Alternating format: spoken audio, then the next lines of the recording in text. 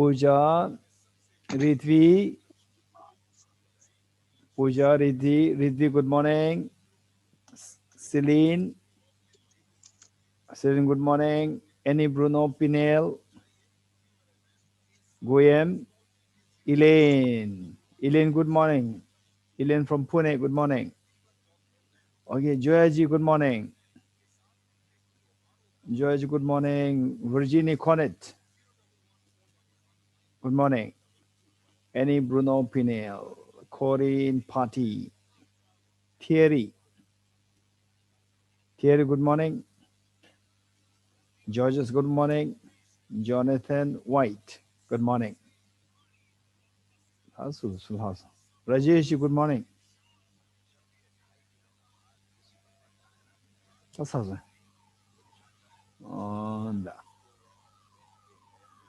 Okay, welcome you all to the session number 5. And I was not really expecting to finish the text, but then the last night when I was doing the review, reading the commentaries, I was quite amazed. I'm quite amazed that we can easily finish this text today. And then plus whatever little that I like to share with you in terms of our daily practice, I'll share something of that. Then plus, if you have some questions, I'll be very happy. Okay, and yeah, we'll begin now with the setting of proper motivation. Visualize Buddha Shakyamuni, His Holiness the Dalai Lama, and all the enlightened beings, Buddhas, Bodhisattvas, in the space in front of you. And the commentaries that are used to unfold the meaning of this Rice Seedling Sutra are one by Aranigarjuna and the other by Acharya Kamalashil. Acharya Kamalashil, 8th century AD, and Aranigarjuna, 1st century AD.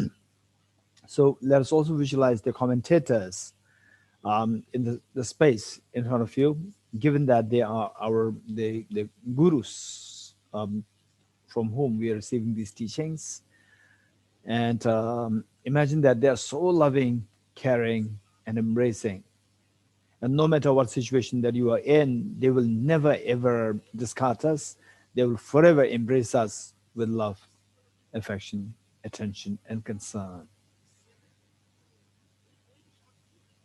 And Bodhiji the field, visualize your two parents on the two sides. Even though you might have difficulty, some of you might have difficulty with your parents, but still, given that what we're doing is something which transcends the ordinary people's thinking, and how we create rift in the family with the parents, so forth, is on the basis of the ordinary people's thinking. Now, not only that we embrace our parents, we also embrace all the family members. We embrace all. We learn how to embrace all the sentient beings, all the living creatures, leaving none aside. The fact that nobody wants to suffer, but they're suffering because they're being nasty towards you. They're suffering. So it is what they deserve is your compassion. So with this very compassionate act, and in the process of you cultivating compassion, you benefit so much of you get so much of benefit, where the gold inside, the gold of the Buddha nature, is being cleansed, and then your happiness, your fearlessness, they all keep growing because of this act of compassion. So in a way, you are being benefited from practicing compassion towards other beings. Imagine that you are so loving, caring, and embracing, and with immense concern, sense concern for all the dear sentient beings.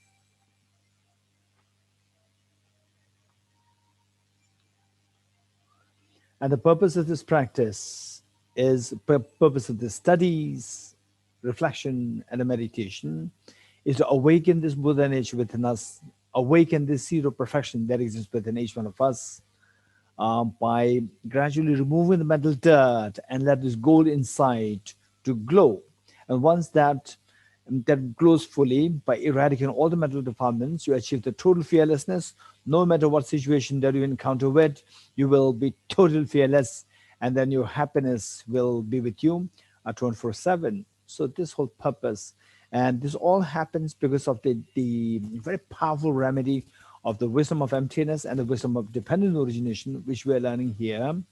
And then that driven by the force of bodhicitta, supported by a sense of renunciation, and then the stabilized by the samadhi, the practice of the meditative concentration.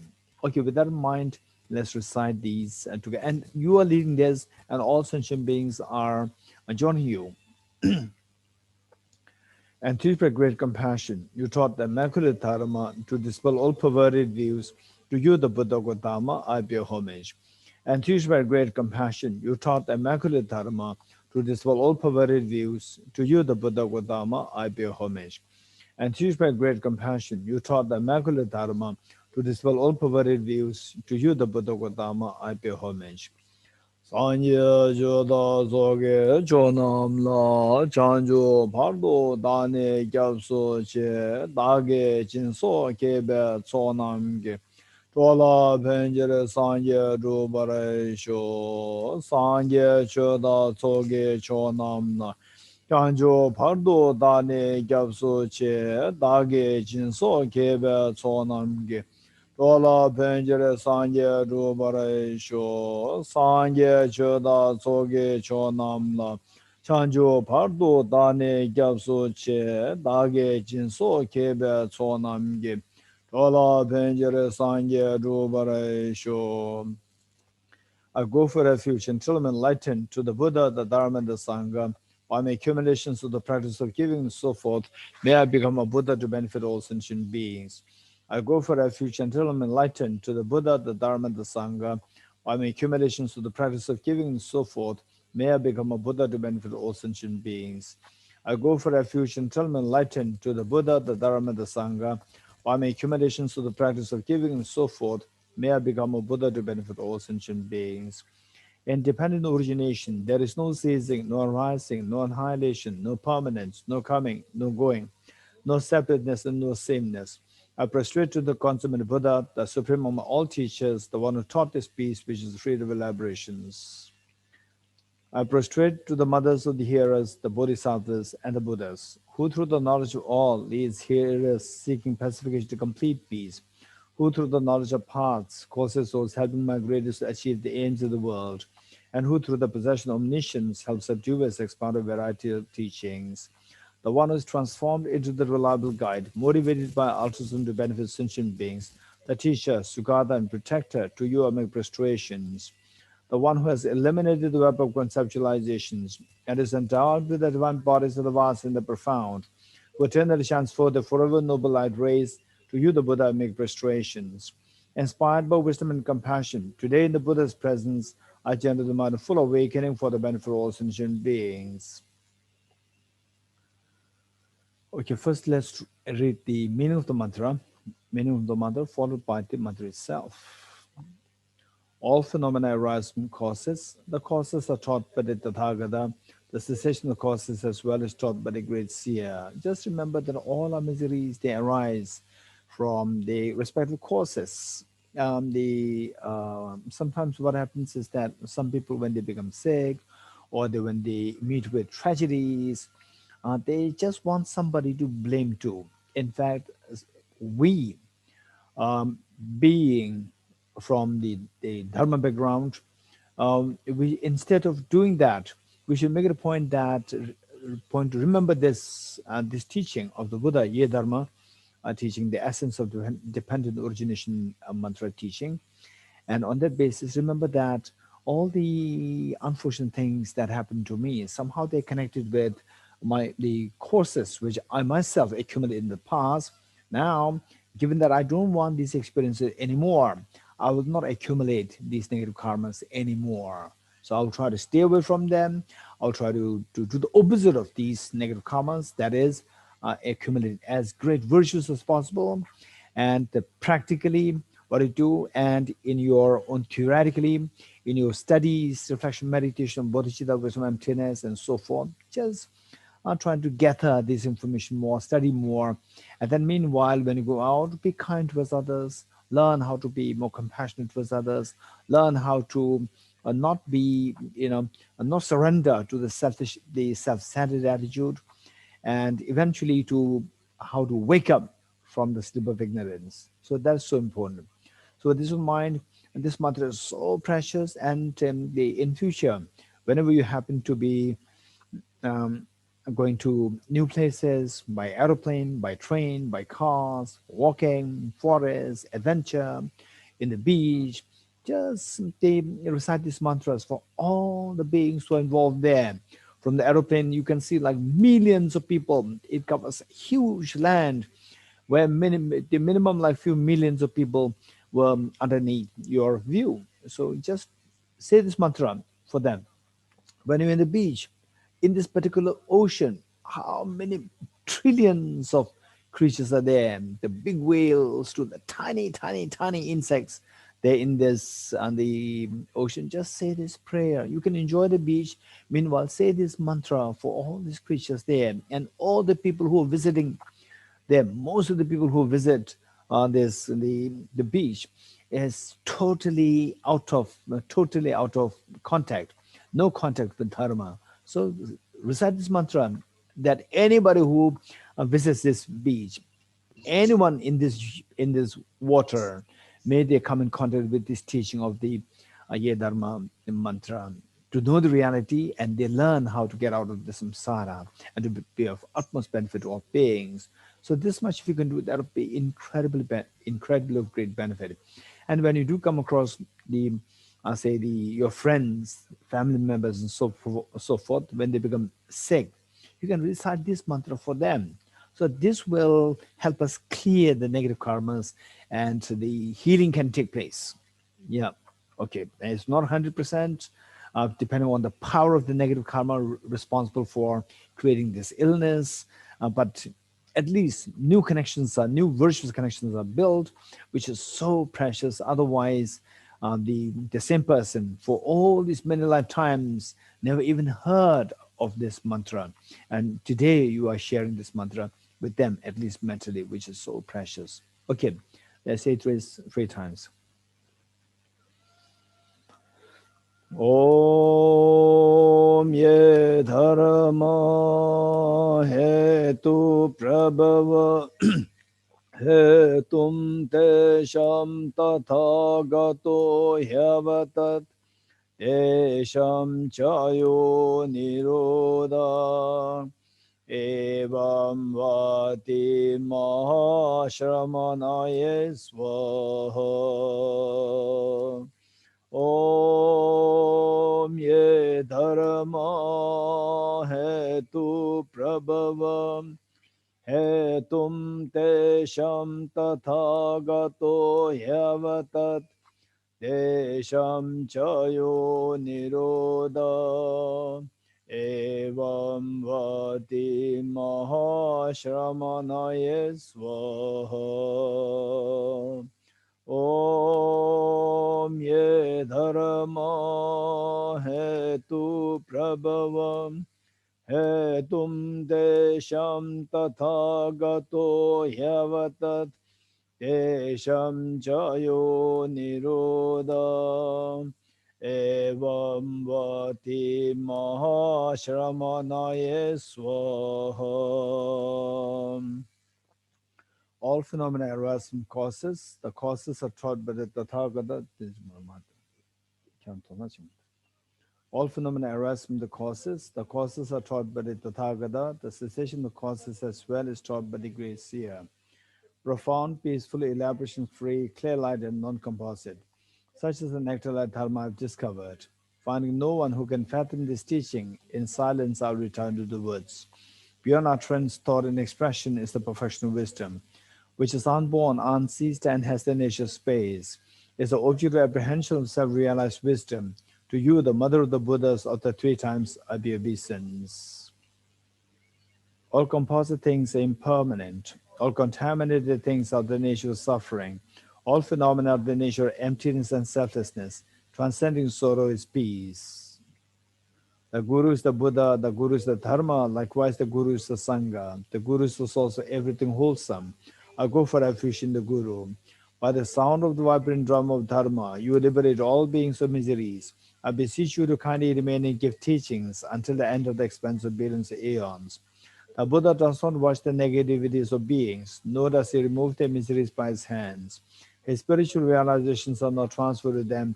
It is by teaching the truth of the suchness that the beings are liberated. With folded hands, I beseech the Buddhas of all directions to shine the light of Dharma for all bewildered miseries gloom. If you are attached to this life, you are not a spiritual practitioner. If you are attached to samsara, you have no renunciation. If you are attached to your own self-interest, you have no bodhicitta. If there is grasping, you do not have the view. Okay, we will read the Heart Sutra mantra.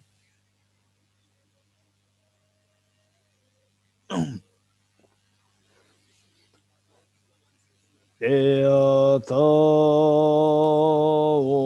Om Gati Gati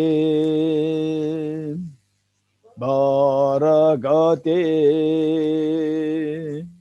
Parasamgati Bodhiswatyatha Om Gati Gati Bharagati Parasamgati Bodhiswatyatha Om Gati Gati Bharagati Parasamgati Bodhiswatyatha Om Gati Gati Paragati Parasamgati Bodhiswatyatha Om Gati Gati Paragati Parasamgati Bodhiswatyatha Om Gati Gati Paragati Parasamgati Bodhiswaha.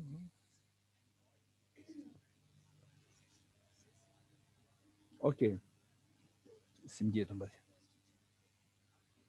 Now we will do the generating the aspiration bodhisattva vow on the basis of the stanzas.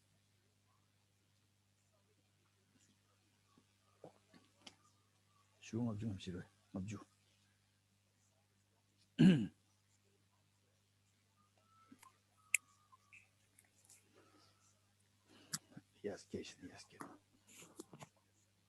Okay. Okay. So this is in a way, for the time being, this is going to be the last the closing the closing day for this the five session teaching on the Śhālistamba Sūtra or the Rice Sutra, and it's a very auspicious gathering, and coming together on the basis of this teaching, the Rice Sutra. And we make the most of this by incorporating the study that we're doing is the wisdom, and now we will generate the compassion. So these two will be the two wings of the bird, which His Holiness the Dalai Lama, yesterday when he was giving the teaching, he cited Acharya Chandragiri's text, where Acharya Chandragiri gave the example of the two wings for the swan to cross the ocean of wisdom and to reach to the Buddhahood to benefit all sentient beings. So this is exactly what we are doing. So wholeheartedly, let us reinforce the visualization of all the Buddhas and Bodhisattvas in front of you, so loving, caring, and so forth. And then also let us reinforce your true parents, and all dear sentient beings around you, leaving none aside.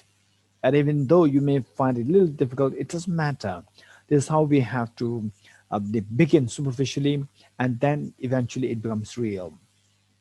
So, with this mind and a purpose is to really generate a strong wish that the best way by which I can be really, really, really beneficial to the beings is the way the Buddha Shakyamuni did, the Prince Siddhartha. The Prince Siddhartha, how he eventually delved into, delved into the casting aside or keeping aside or leaving aside his royal privileges, and then embracing asceticism, and then looking for the path by which to help all the beings, and and then having actually the studied, reflected, meditated, and experienced what is known as the Sugata, the state of the total fearlessness and the infinite bliss.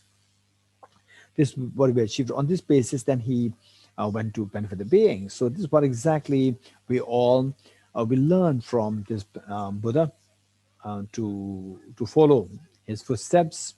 And for that matter, the first thing that we need to do is we need to learn how to generate this very strong motivation to become Buddha, to benefit of greatest benefit to all beings. Okay, let's read these the first stanza 3 times. I go for refuge to the triple gem. I confess the negativities individually. I rejoice in the virtues of all the beings. I hold the precious Buddhahood in my heart. I go for refuge to the triple gem. I confess the negativities individually. I rejoice in the virtues of all the beings. I hold the precious Buddhahood in my heart. I go for refuge to the triple gem. I confess the negativities individually. I rejoice in the virtues of all the beings. I hold the precious Buddhahood in my heart. Gurus, Buddhas, and Bodhisattvas, please be here to me. Just as the previous Buddhas have generated the amount of bodhicitta, and just as they successively dwelled in the bodhisattva practices, likewise for the benefit of all sentient beings, I will generate the amount of bodhicitta, and likewise shall I too successfully follow the bodhisattva practices. Okay, let me say this again here. These two stanzas, of course, you can take the aspiration bodhisattva vow on the basis of the first stanza alone, or you can incorporate these three. You can incorporate any number of the stanzas powerfully to which powerfully help us to invoke the spirit of bodhicitta. So meanwhile, what we do here is to recite these by reflection meanings. And the first stanza says, this stanza here, what we read now of the two, says that how can I be of the greatest benefit to the all sentient beings? So looking at the history of humanity, we come to realize that there was once the Prince Siddhartha, who eventually became the Buddha, and then the 2,500 years ago, and he is constantly benefiting beings, even though he assumed Mahaparinirvana at that point, but still the benefits are just multiplying all the time. Infinite number of beings are benefited, and then you are so awestruck. So how come that the Prince Siddhartha, becoming a Buddha Shakyamuni, the full awakened one, is able to benefit the beings in that on that scale, such a large scale, for two reasons. One, initially, the very powerful motivation to become Buddha for the benefit of sentient beings, which is also referred to as the bodhicitta. And then, having made this commitment, made this courageous aspiration to become Buddha for the benefit of sentient beings, then to materialize this aspiration, he engaged in the Bodhisattva practices, 6 perfections, 10 perfections, generosity, ethical discipline, patience, enthusiasm, meditative concentration, wisdom, skillfulness, aspiration prayers, power, and the discriminatory wisdom. So with these practices, he succeeded in this to benefit all beings. Oh, it is how he succeeded. I will also follow his footsteps. I will also follow his footsteps. First, I will generate very strong wish to become a Buddha, bodhicitta. I'll generate very powerful bodhicitta, and to realize this aspiration, or to materialize this aspiration, I will also engage in all the bodhisattva practices to the best I can. Okay, this is what we are the reflecting on. Let's say this 2 times more. Gurus, Buddhas, and Bodhisattvas, please pay heed to me. Just as the previous Buddhas have generated the mind of bodhicitta, and just as they successfully dwelt in the bodhisattva practices, likewise for the benefit of all sentient beings, I will generate the mind of bodhicitta, and likewise shall I too successfully follow the bodhisattva practices. Gurus, Buddhas, and Bodhisattvas, please pay heed to me. Just as the previous Buddhas have generated the mind of bodhicitta, and just as they successfully dwelt in the bodhisattva practices, likewise for the benefit of all sentient beings, I will regenerate the mind of bodhicitta, and likewise shall I too successfully follow the bodhisattva practices.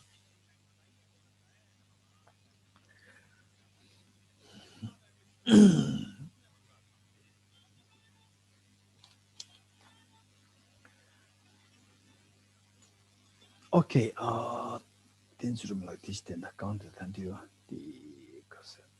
the one who is transformed into the level God said. The blaze round.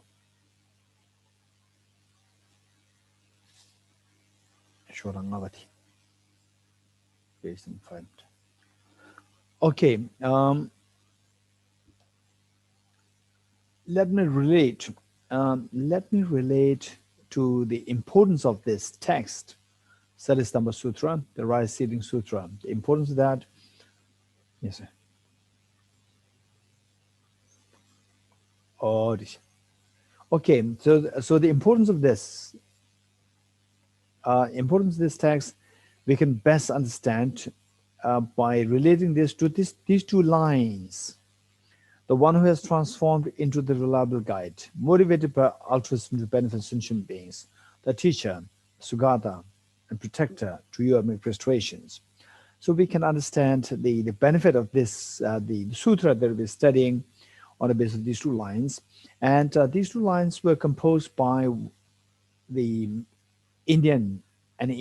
the saint scholar, by incredibly great, of course, the father of the Buddhist logic, by the name Acharya Dignaga. And so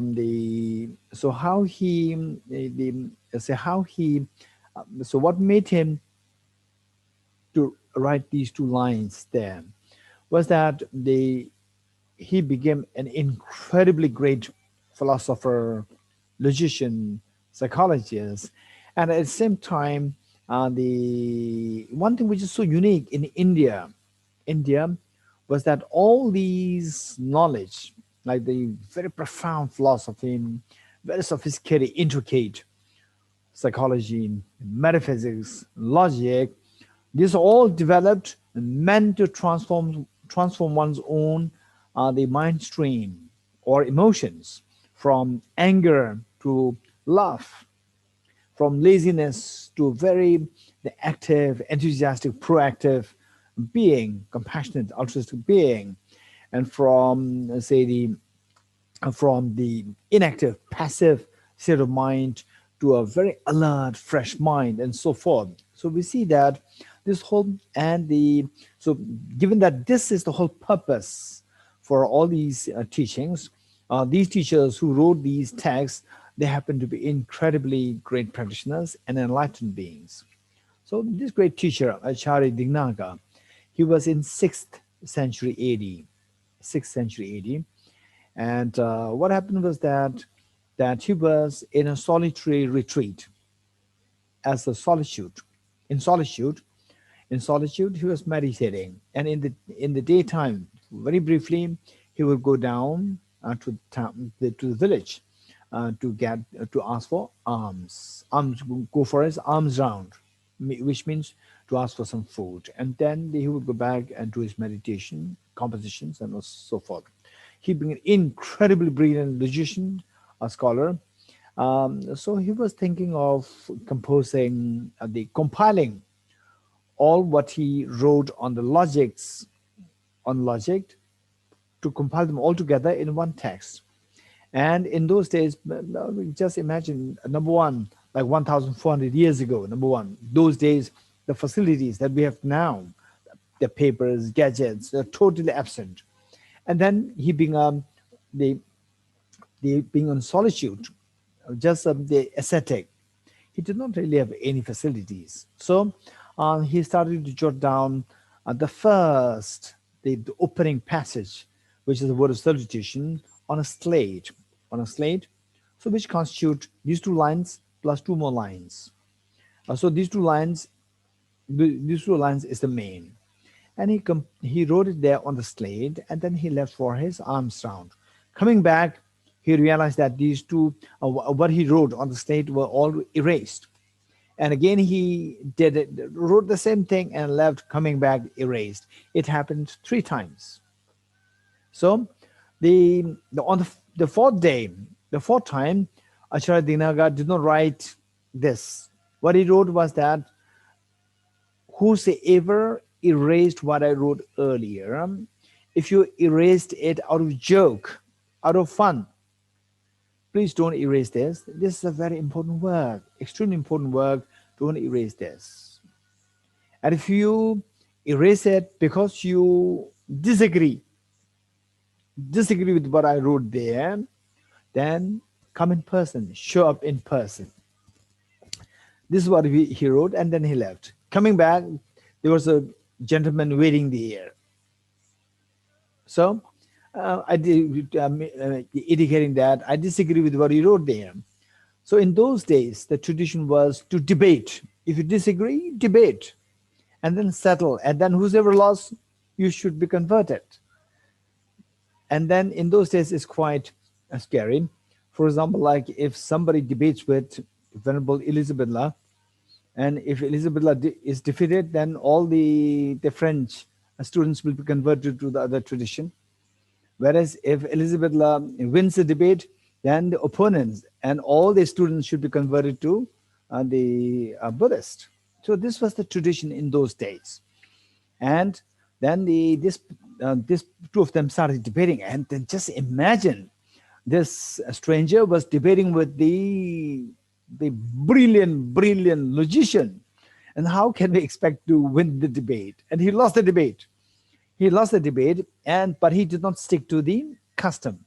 So what he did was that instead of following the custom, but converting to the Acharya Dignaga's tradition, which is the Buddhism, what he did was that he happened to have some medical powers. So with his medical power, what he did was that he sent fire from his mouth towards Acharya Dignaga, and Acharya Dignaga's robes were burned. Then Acharya Dignaga really felt so disheartened and demoralized. So Acharya Dignaga, what he did was that, look, every day I'm making commitment to become Buddha for the benefit of all sentient beings, to help all the sentient beings. But look, even one person who is right next to my nose, next to my face, I can't even help one person who is next to me. How can I possibly help all the sentient beings who I don't even see? So what he did was that the slate on which he wrote these 2 lines, he just threw this up in the sky with the commitment, with the intention. Moment the slate falls, he will quit the idea of working for others. And then strangely, the slate did not fall at all. And he was amazed. He looked up at the sky, and he saw Arya Manjushri holding the slate in the sky. Okay, then Arya Manjushri gave him advice. My son, my spiritual son, why do you have to feel demoralized? I'm always there to guide you, to bless you. Why should you have to feel demoralized?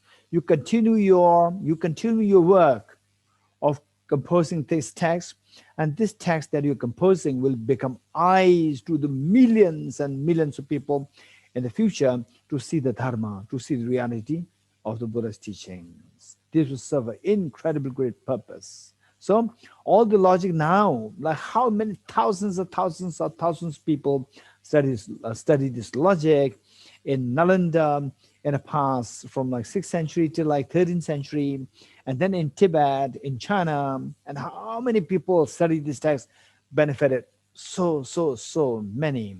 And through them, so many people have benefited. This is all because of this text. Many of the text, and one of which is this text. So this is the background of these two lines. Now, these two lines, it was written in the 6th century AD. And 7th century AD, another great, incredibly great enlightened being and a logician, philosopher, psychologist, Acharya Dharmakirti came into being. And Acharya Dharmakirti, reading these two lines, he was so fascinated. He was so fascinated that, wow, this is not just two lines, this is going to be a whole book. The two lines, the content matter that these two lines are carrying, this is really needs to be unfolded, flesh out. And then Acharya Dharmakirti, he wrote a commentary on these two lines. And this comment, the whole commentary known as Pramana Vartika, or commentary on the valid cognition, and which has 4 chapters, and the second chapter, which has 283 verses.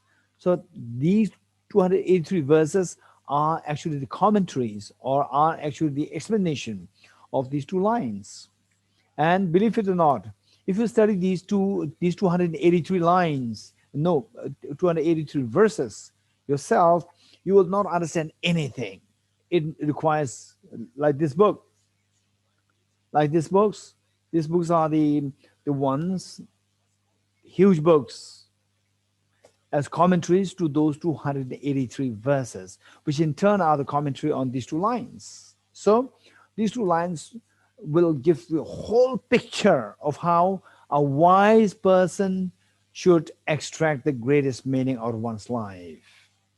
And no doubt, everybody wants to present themselves, and they want to present themselves as wise people. And I'm sure each one of you also likes to be a wise person. If you really want to display yourself a wise person, this is approach rendered by Acharya Dignaga, and further commented upon by the Acharya Dharmakirti in his Pramana Vartika chapter 2. So I would highly recommend that Venerable Elizabeth, through your the kind effort, that as many people can study Pramana Vartika chapter 2. So this, if you can do that, this can greatly serve the Dharma. Okay, so I'm going to quickly explain these two lines, so that will help and lay the ground for you to study Pramana Vartika chapter 2 in the future. To get a complete, panoramic, and a deep, the intricate, let's say the concept of the Buddha's teachings. Okay, so these two lines, if you look at it, we see that these two are, in a way, to put it in simple words, these two are the biographies of the Buddha, the biography of the Buddha. How this Prince Siddhartha, he started as a young, energetic, the intelligent, compassionate young prince, eventually became the savior of the whole world. How? So it says, the one who has transformed into the reliable guide. So we all need guide, because we all need guide, meaning that if you want to go to an unknown place, for sure you'll be very scared.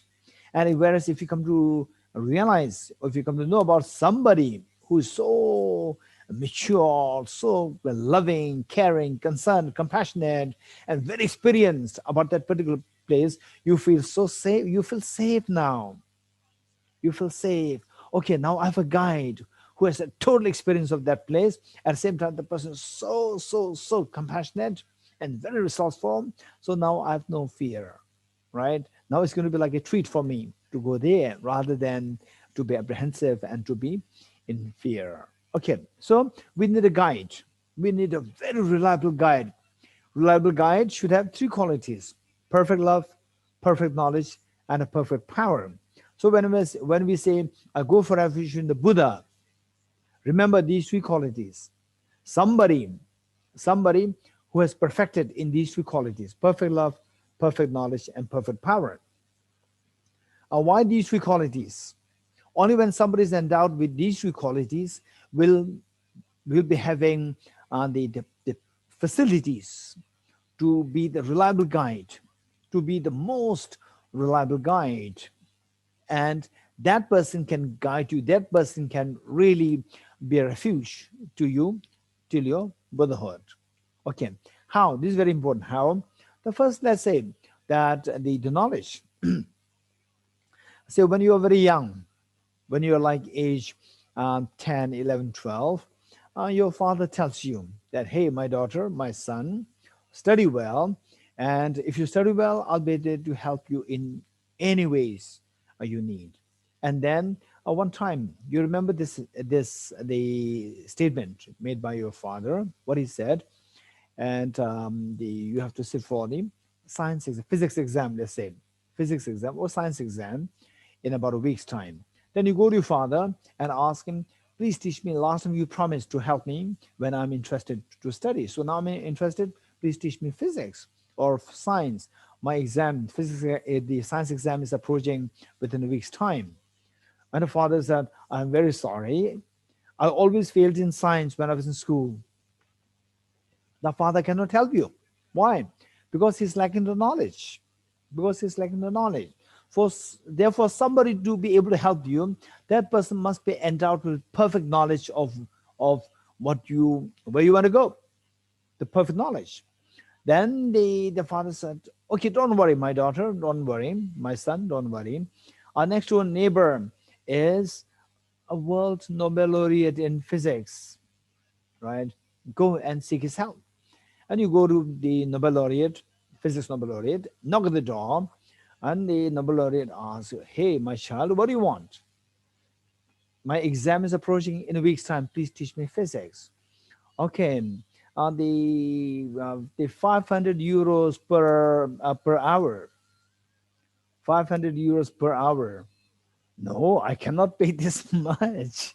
I cannot pay this much just for 1 hour. I have to study for like 10 hours or 20 hours with him. And then where will I get all this money? 5,000 euros just for this tuition. How can I get this money? No way. Okay, so even this person cannot help you. This professor cannot help you. This professor has the knowledge, but he cannot help you because he's lacking the love. Your father will never ask for 500 the euros, right, for 1 hour if he knows physics. So therefore, this is clear indication that why your father will not ask for that, because your father loves you, whereas the professor does not love you. So therefore, he's lacking the love. Therefore, you are not being helped. You cannot receive the help, or he cannot help you. And then you reported this to your father, and the father felt very sad. And the father, but don't worry. Although your mother is not a Nobel laureate in physics, but when she was in school, she was the topper in physics. So she can teach you. And your mother comes in the evening from her, say, whatever work. She comes, and then you are so happy. Now she's the one who loves me, who has the knowledge. Okay, I'm so happy that now she can help me. You jump to the mother, and the mother said, please don't come close to me. I have a stomach problem because she must have had some stale food from a hotel or restaurant, whatever. And then she's having some stomach problem. So even she could not help you. She wants her own time. She has love. She has the knowledge, but she cannot help you because she doesn't have the power to help you. So whereas if somebody is endowed with perfect love, perfect knowledge, and perfect power, then the person at any time, the person will be there to help you. So that is the one who can best help you. That is known as the reliable guide. So the one who has transformed into the reliable. Transform, this is key word, transform, which means that the Prince Siddhartha, as a prince, before he was 29, as a young prince, and he was a prince, very intelligent, very compassionate, but at that point he was not the awakened one. He was not the Buddha. So then eventually he became the Buddha. He transformed. He has transformed into the Buddha, into the fully awakened one. So the one who is transformed into the reliable guide. Then your question will be, how did he become? How did he transform into the reliable guide? How? So you want to know that. So that I also like to be transformed to become a reliable guide for all demon sentient beings. So how? So it is that he was transformed into the reliable guide on the basis of the four premises or the four reasons. Four reasons. Number one, the motivated by altruism to benefit sentient beings. Number two, the teacher. Number three, the Sugata. Number four, protector. Okay, we have to know each one of these 4 points. I'm going to quickly explain what these 4 are. And of course, we have to learn more. To know it very thoroughly, you have to learn more. Okay, so this young boy, young prince in the palace, he could see all these injustices, pains, hunger, fights, wars. He could see all these problems there, and problems not just for himself, but for all the beings. He could see this problem. So he just wanted to help the beings. So therefore, the initial motivation is motivated by altruism to benefit sentient beings. This is the motivation. So this young prince was deeply, deeply, deeply motivated by the altruism or the compassionate feeling to benefit the sentient beings. This is the incredibly deep, profound motivation that he had. With this motivation, what happened was that then, okay, how can I benefit the beings? This next question. How can I benefit the beings? This next question. So, for example, like this is exactly how it works in our community. Let's say that several years ago, perhaps like 5 years ago, one of my relatives, a young boy from school, who just graduated from high school and was to join the university or college, and his mother is so worried. How can I help? And the mother did not have this, the university education. She did not have, but she wanted to help the son. So how can he help the son for more studies? How? To explore, because she's not expert on this. She was exploring. She just continued to explore where her son can get a teacher or a coaching teacher. And then finally she approached me, and then I approached somebody else to look for teachers. So look, it's all out of love that she's becoming so resourceful to look for ways and means which can help him. So likewise, this Prince Siddhartha, being motivated by intense love for the beings, he was looking for the ways and means how I can benefit the beings. Okay, so for that, coming to know that all the problems, what we recited earlier, ye dharma hetu prabhava, all these phenomena arise from the causes. So knowing that all these problems of sentient beings, they come from finally the self-grasping. First, the contaminant karmas and afflictions, and then the self-grasping ignorance. Self-grasping ignorance and selfishness, these two. So how to get rid of the self-grasping ignorance, complemented by the self-centeredness? How to eradicate that? Self-grasping ignorance is like darkness. How to get rid of this darkness? By introducing light. Likewise, how to remove the darkness of the ignorance? By introducing the light of the wisdom. Okay, now I got a clue that I can help the beings by looking for the light of the wisdom. Okay, what is that wisdom? That wisdom must be the wisdom to counteract the ignorance, two of which are directly in opposition with respect to the object of apprehension. So self-grasping ignorance says that things exist objectively not like a dream. Whereas the wisdom says, no, everything's like a dream. There's nothing objectively there. Everything's like a dream. Wow, this is wisdom I have to learn. Okay, so this is wisdom that he's going to teach all the beings. So number 2 is teacher. Teacher meaning the wisdom of emptiness, which he is to teach all the being. So this wisdom of emptiness is given the label teacher. Now he, theoretically, he has found the medicine to heal the beings, but first he has to verify. He has to verify if this medicine works. So how does he check it? How does he verify this? So I'm sure many of you know that once I think they were like two scientists, two pharmacists or two scientists who were, say, working on drugs meaning medicines.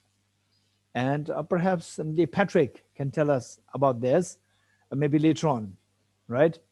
About this, the two, say, the scientists or perhaps the doctors. So these two doctors, they said that our ulcer problem, gastric ulcer problem, is because of the bacteria. But then, and they said that this is medicine. So they made a medicine and said this medicine, this ulcer problem is all because of the bacteria. It's not for any other reason.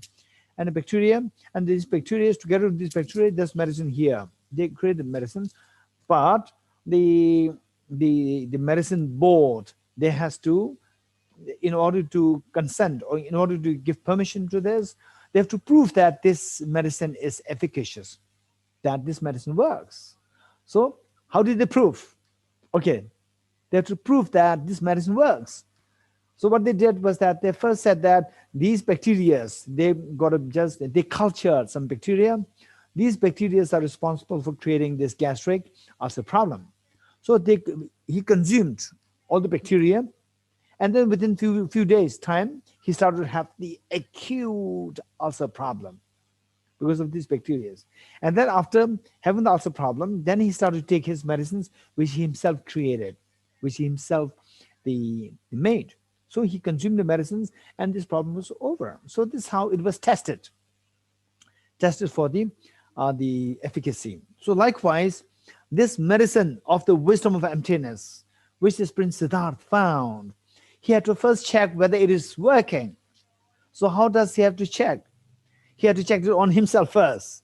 So he first did it, study, reflect, and meditate on the wisdom of emptiness. And as he did it, then the counterforce of the wisdom of emptiness, which is the self-grasping ignorance, becomes more and more weak.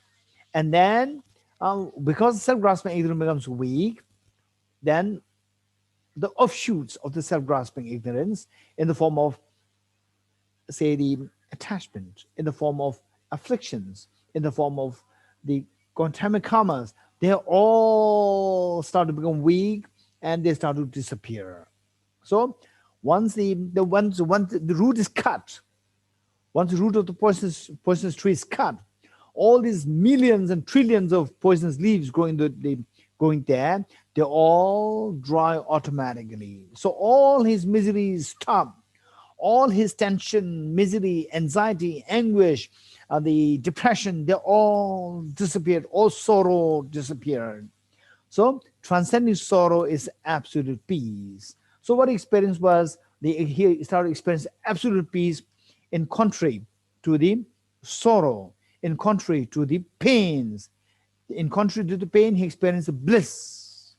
He experienced a total bliss of the freedom from all forms of misery, freedom from all forms of fears. So that is the Sugata. The next one, teacher, Sugata. Sugata means the one who has gone to the absolute bliss. Sugata meaning the one who has gone to the absolute bliss. Okay, now this Prince Siddhartha became the full awakened one, known as the Buddha, as the Sugata. And because of this, through his own experience, then he goes out to protect the beings by giving this teaching, by giving this medicine of the wisdom of emptiness. So this makes him a protector. So with these four steps that Prince Siddhartha took to become a Buddha, so he became the reliable guide. You're getting it? So this is how we all have to follow the path. So the bodhicitta, the first one, the motivation is so important. Motivation, Then with this motivation, motivated by altruism and beneficent sentient beings, then the teacher, which is the wisdom of emptiness. We have to study wisdom of emptiness. And for the study of wisdom of emptiness, I would highly recommend you to study Acharya Chandragiri's text, Madhyamika Avatar, or Entry into the Middle Way. You must study this text. And later on, Aranagarjuna's text. Aranagarjuna's text is like the king of the text on emptiness. And for us to get to that, it must be bridged by Acharya Chandragiri's text, Entry into the Middle Way. Okay, so then these two combined together, you study, reflect, and meditate.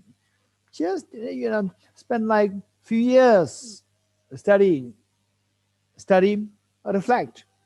And then as you study and reflect, you see that you are growing, you are becoming more and more matured. You're growing, your happiness is growing, and you become more confident. Or this is how we have to approach. Okay, with this in mind, yesterday, we continue from where we left yesterday of the text.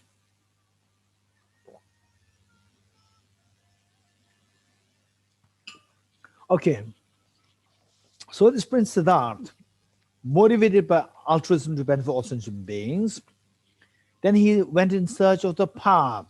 The path he discovered was the wisdom of emptiness, the wisdom, which is directly in opposition to the ignorance.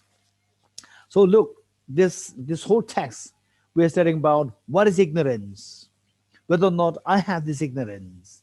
So when we don't study this, we don't even know the presence of this ignorance within us. So once you know what this ignorance is, then how to remedy this ignorance by the medicine of the wisdom. Okay, so we continue reading this. It says, they are called ignorance in the sense of obscuring. Okay, now we are explaining the 12 links with the ignorance, how the 12 links are created, one after the other. The first, the ignorance. They are called ignorance in the sense of obscuring you from seeing the reality. Then the formation or the karma is the sense of forming, to form your next birth. Then consciousness in the sense of causing to know. Consciousness means to know something. Name and form, number 4. Name and form in the sense of mutual support, the mind and the physical body. These two mutual support in the form of name and form, number 4. Then number 5, the 6 sense sources, number 5, in the sense of entryways. Sense sources, they are like the gateway, or they are like the windows through which we get access to the outside world. 6 sense sources in the sense entryways. Then the number 6, the contact. Contact meaning, contact of the sense sources with the objects. Contact in the sense of mingling the object and the sense sources. Then number 7, feeling in the sense of experience. So with this contact, then you start to feel the pleasant, unpleasant, neutral, and so forth experience. Then number 8, craving in the sense of thirst. I want this. Just when you feel thirsty, you crave for water, thirst. Appropriation, number 9, appropriation or grasping, number 9, in the sense of appropriating, in the sense of really the craving become too intense to really go to grasp at it, appropriate means to grasp, to look for the ownership. Becoming, number 10, becoming in the sense of giving birth to repeated becoming, meaning that, okay, now this karma that you have, the trajectory to next life, it is becoming so mature to the extent that you are on the verge becoming to give rise to your next birth, becoming. Then number 11, birth in the sense of the emergence of the aggregates. In the next life, your aggregates, 5 aggregates, you obtain these 5 aggregates freshly. Then 12, aging in the sense of the maturation of the aggregates. And then number 10, the number 12, aging and death together. The second half of the number 12, death in the sense of perishing. And then the following, the sorrow in the sense of grieving, lamentation in the sense of wailing, suffering in the sense of bodily torment, despair in the sense of mental torment, and bewilderment in the sense of secondary afflictions, meaning that your mind becomes confused. So this is an explanation of each of the 12 links, what they mean, and how, once you know what they mean, then we have to look for how they're connected to each other. The next, furthermore, not knowing reality, okay, again, the further explanation, not knowing reality in the sense of not apprehending it and misapprehending it is ignorance. Again, the ignorance. If such an ignorance is present, three types of formation, meaning the three types of karmas are developed or are created. Okay, karma, what are the three kinds of karma? Let's say that generally speaking, we can see negative karma and positive karma, two. Negative karmas and positive karmas. Okay, this is very general. We all know, okay, don't do bad actions, do good actions. Good actions mean good karma, virtuous karma. And bad actions means non-virtuous karma. Okay, so that is a bad karma and the good karma. Two, and the good karma, you split that into two. Then it becomes three. So good karma, how to split that into two is that the place where whole samsara is divided into three. Whole samsara is divided into three, like whole planet Earth is divided into what, 6 continents or 7 continents? 7 continents, right? Are you sure? Okay, 7 continents. Okay, so the 7 continents. Some I trust my friends, and they say the wrong thing. I also say the wrong thing. Yeah. Okay, 7 continents, and they likewise the whole samsara is split into 3 groups, 3 parts.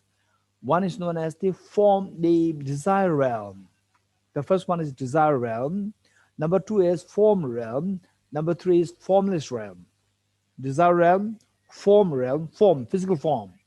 Then the formless, without form, formless realm. These divided into 3. And I'll say now the first negative karmas, the negative karmas, they only give rise to the sufferings. Then the positive karma, 2. Positive karma can be split into 2, because within the samsara, we see that desire realm is 1, and then the form and formless. Form and formless, these 2 are, we can club them together to say the higher realms. Form and formless, we can club them together and say higher realms. And to take birth there is not easy. To take birth in the form and formless is not just sufficient to have the positive karma, but the positive karma must be an extremely refined positive karma. Extremely refined positive karma. Okay. Okay, let's say that the water that we drink, but some of you who are aware of the companies who do the gadgets, washing the computers. So there the water must be extremely clean. Just ordinary water like this, what we drink, is not sufficient. It should be extremely clean. Okay.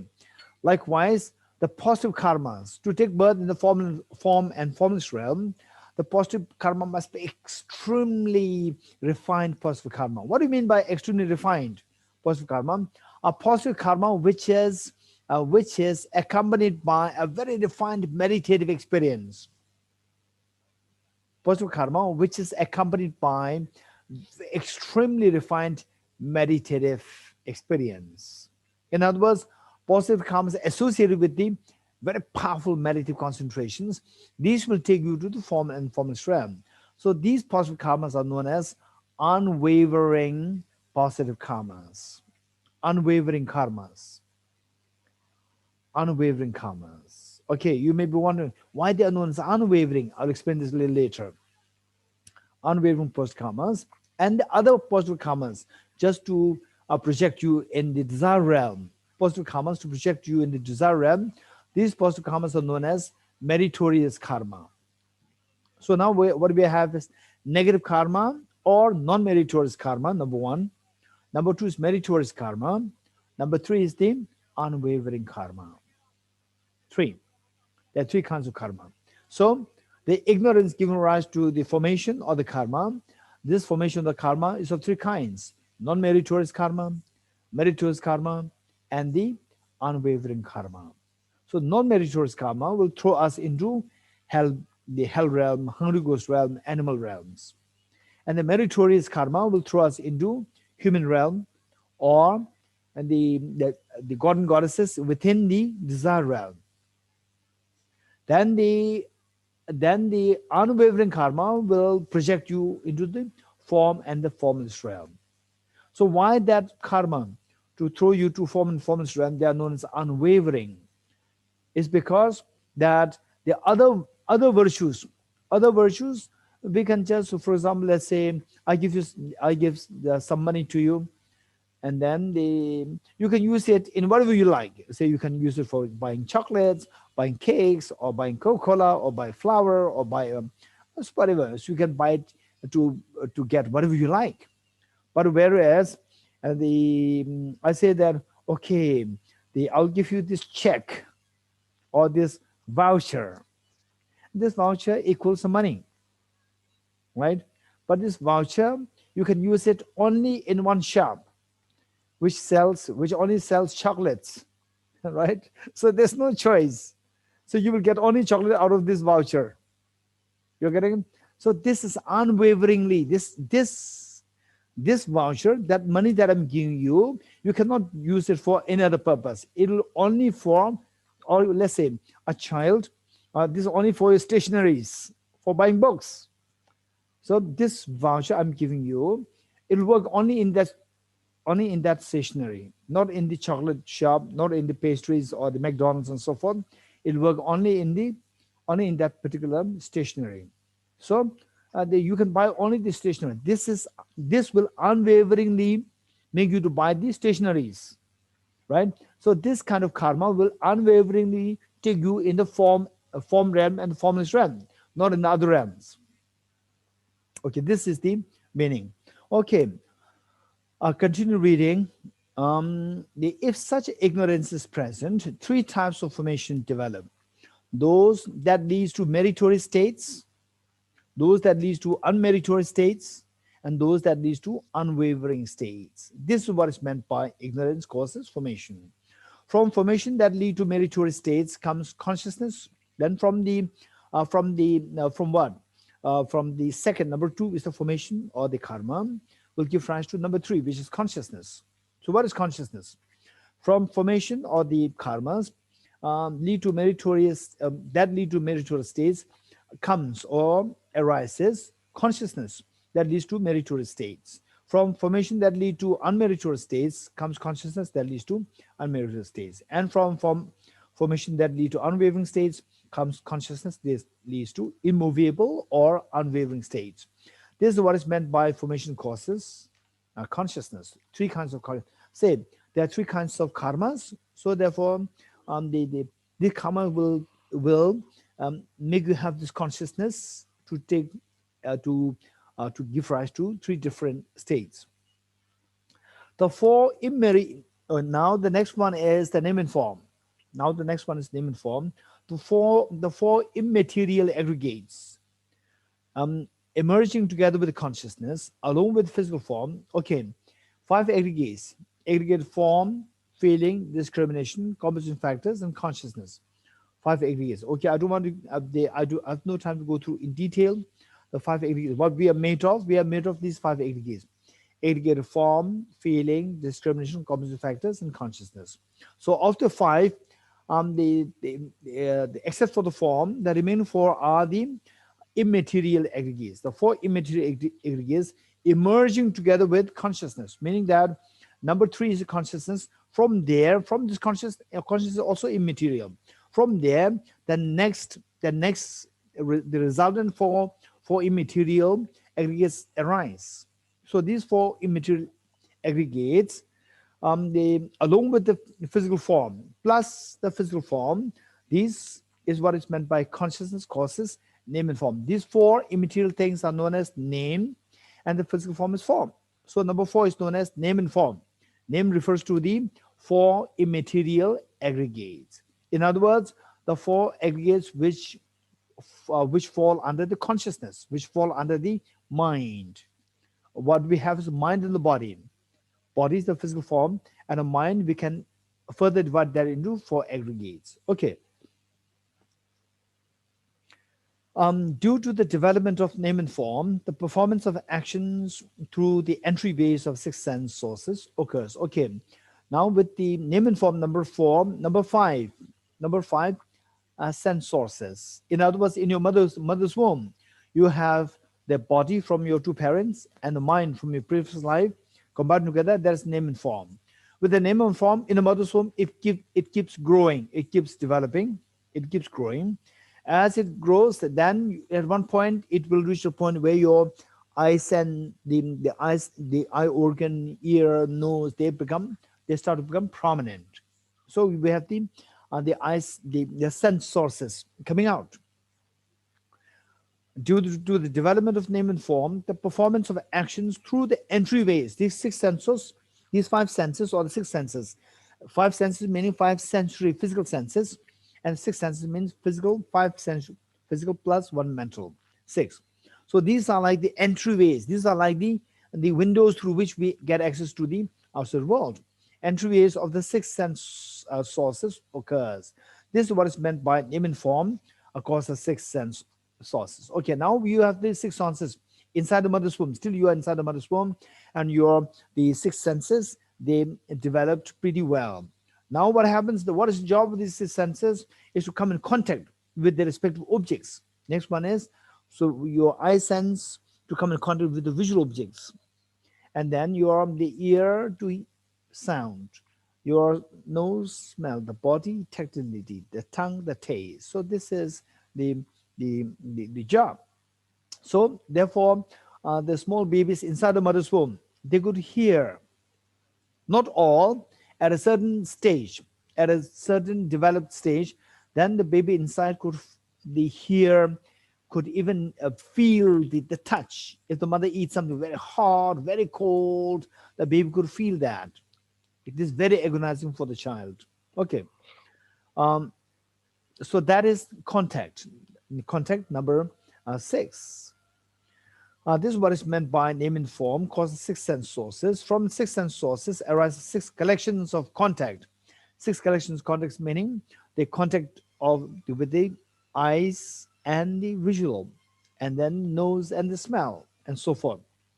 This is what is meant by six sense sources cause contact.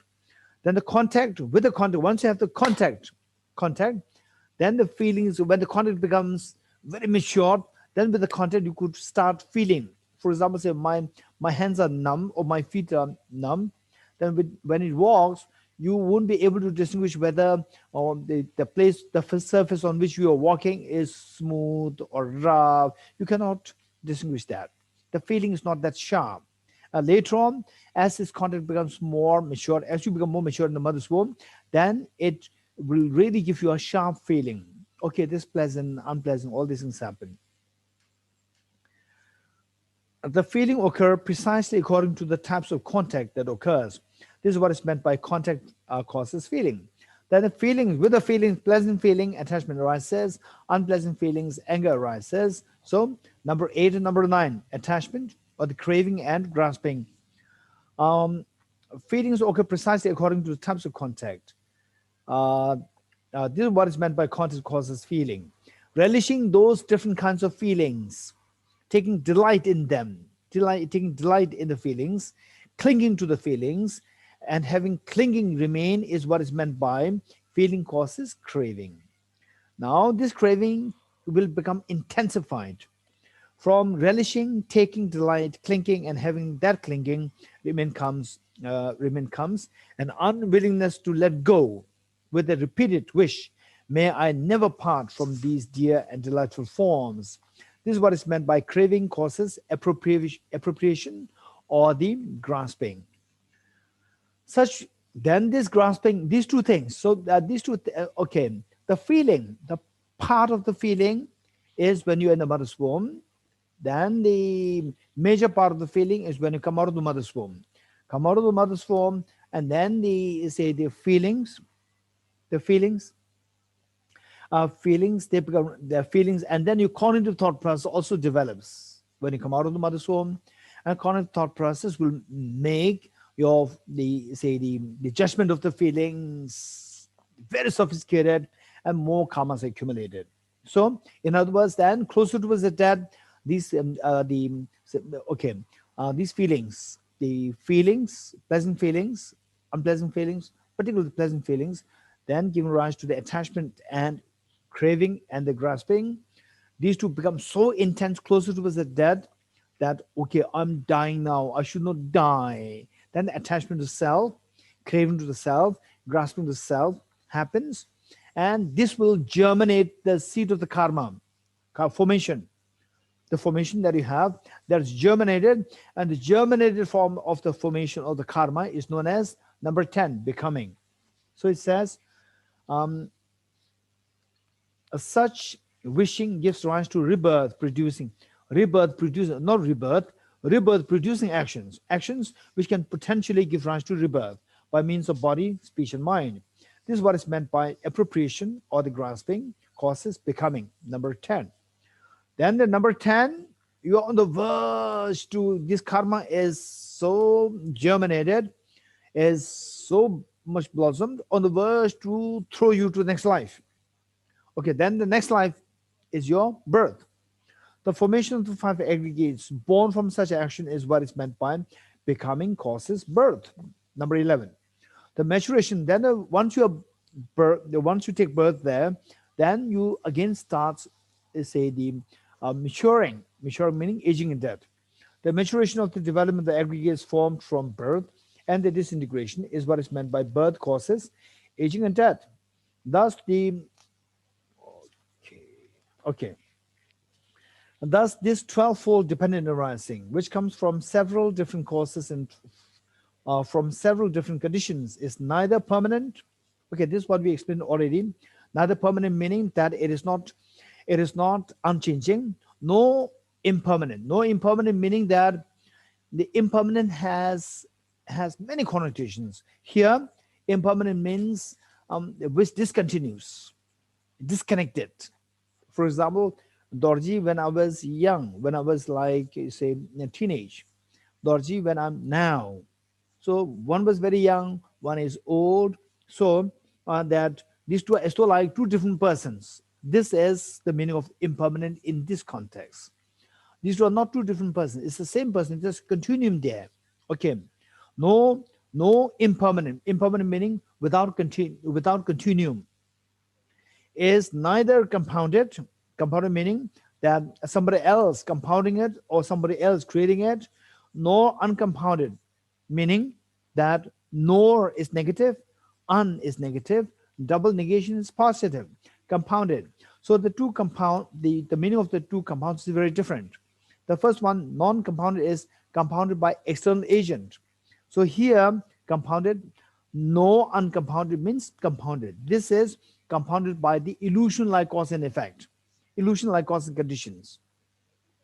It's not without any cause or condition, is without an experiencer, is without a self, a permanent self as an experiencer of your feelings. Nor is not something, okay, this is what we done earlier.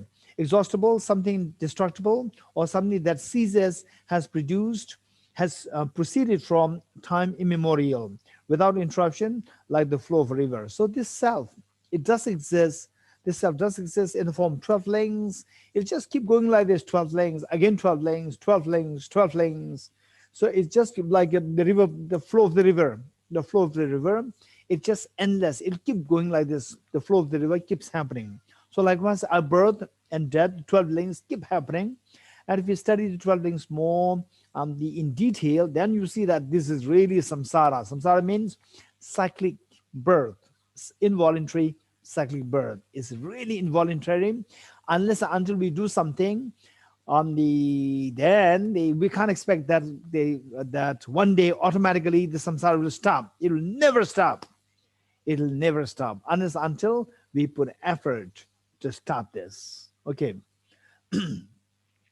It is like, say, the boulder, a rock, or a boulder, say, rolling down from the top of the mountain down. It'll keep rolling down. As long as there's a slope there, it keeps rolling down. Until we put exerted effort to stop it. Otherwise, don't expect that all these, the slope down, one day somehow it'll stop there. No, it'll never stop. Okay, this 12-fold dependent arising, which comes from several different causes and from several different conditions, is neither permanent nor impermanent, is neither compounded nor uncompounded, is not without any cause or condition, is without an experiencer, and is not something the exhaustible, something destructible, or something that ceases, has indeed proceeded from time immemorial, without interruption, like the flow of a river. Nevertheless, there are 4 links that serve as a cause for assembling this 12-fold dependent arising, which form, namely ignorance, craving, karma, and consciousness. Okay, so again, with the 12 links of dependent origination, from there again 4 are picked up. 4 are picked up to explain the 12 links from another angle. The 4 are ignorance, craving, karma, and consciousness. Okay, just keep this in mind. Say, for example, let's say when a person dies, what travels to the next life is the consciousness. So consciousness of the next birth is going to be given rise to from the consciousness of this birth.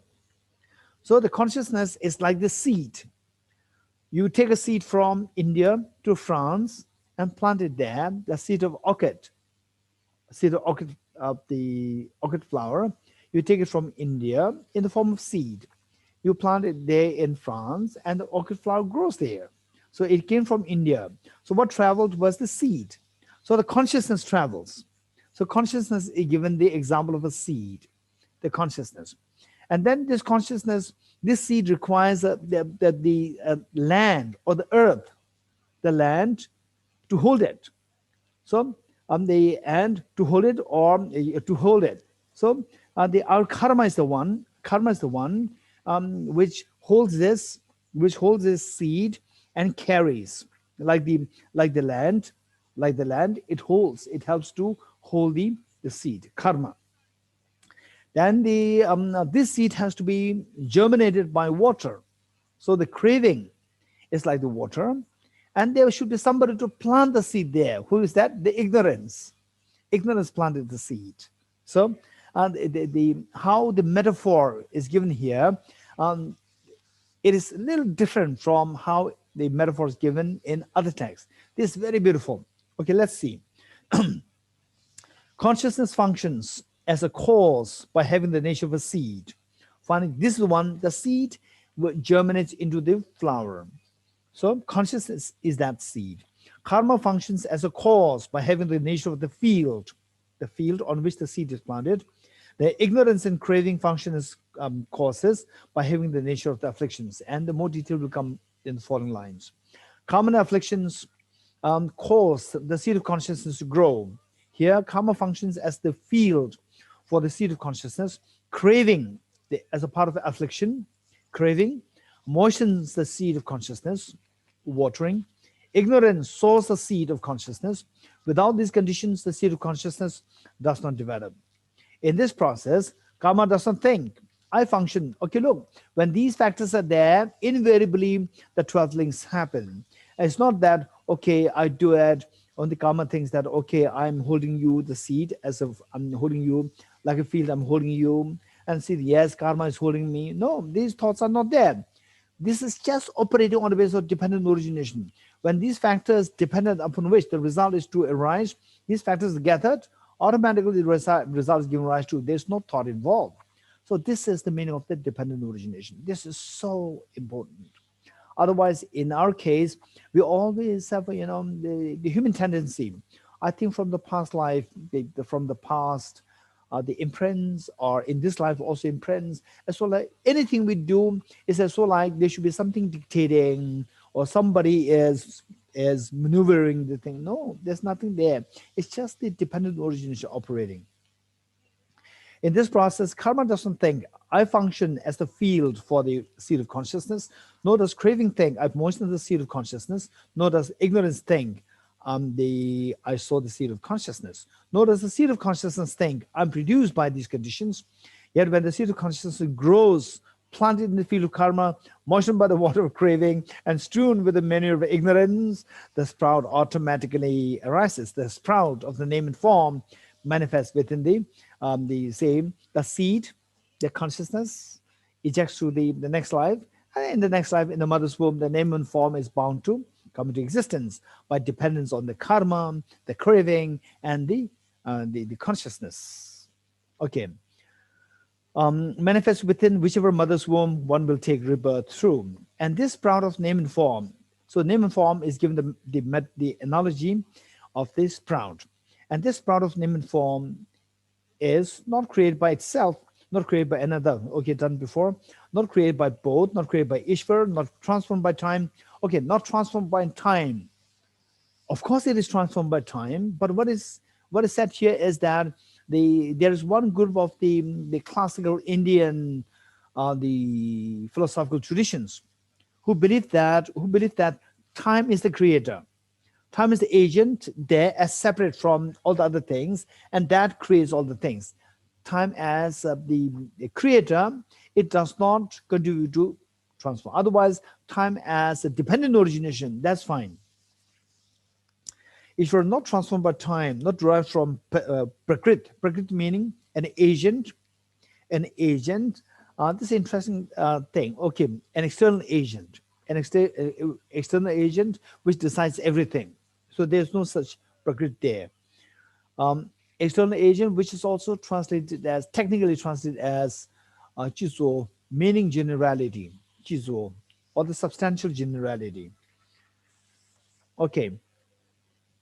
Not dependent on a single factor and not born without any cause, nonetheless from the combination of the union of parents, the period of ovulation, and other conditions, the seed of consciousness filled with appetite. So this is not really the correct translation. Okay, filled with appetite. Just put a mark. Don't delete it. Just underline this. It produces the sprout of name and form within whichever mother's womb one will take rebirth through. For although things are not the owner meaning not the independent permanent self, devoid of ownership, not being influenced by somebody else owning you, ungraspable by the permanent self, or space-like. Space meaning from the object is all just empty, and the nature is the mark of illusion. But then how they operate is subjectively. From the object, there's nothing there. From the subject, like how the dream is created, from the subject, illusion like dream, illusion, then things are operating. Cause and effect, they're all operating on the basis of the subjective imputation. And their nature is the mark of illusion. There's no deficiency of requisite causes and conditions. For instance, the I consciousness arises by way of, I consciousness, let's say, it is simply by dependence on the factors. When these factors come together, the results invariably arise. There's no agent deciding. It's just the operation of the dependent origination. Now, given the example of the I consciousness, how the I consciousness comes into being by 5 factors. We talk about 3 factors. Now here, the Buddha is talking about teaching the 5 factors. For instance, the I consciousness arises by way of 5 principles. Which 5? Namely, I consciousness arises based on the I on which it depends. Number 1, we should have the I sense power, number 1. Number 2, we need to have the physical, let's say, for us to see this flower, for us to have the I consciousness seeing this flower. So 1, you have the I sense power, number 1. Number 2, we should have the flower there, the physical form, number 2. Then number 3, there should be light. If there's no light, we will not see it. There should be light, number 3. Then number 4, we need the space between the flower and your I consciousness. If it is blocked by an obstruction like this book, like this, right? If there's an obstruction there, the space is removed, then you cannot see that. You need a space to see that. The space and the appropriate attention. Appropriate attention meaning your mind. You should pay attention to this. Your mental consciousness to pay attention to, there's a flower there. And now I have eye consciousness seeing the flower. So these are the 5 things. What are the 5 things? I sense power, number 1. Then the flower, the physical form, number 2. Number 3, the light. Number 4, the space.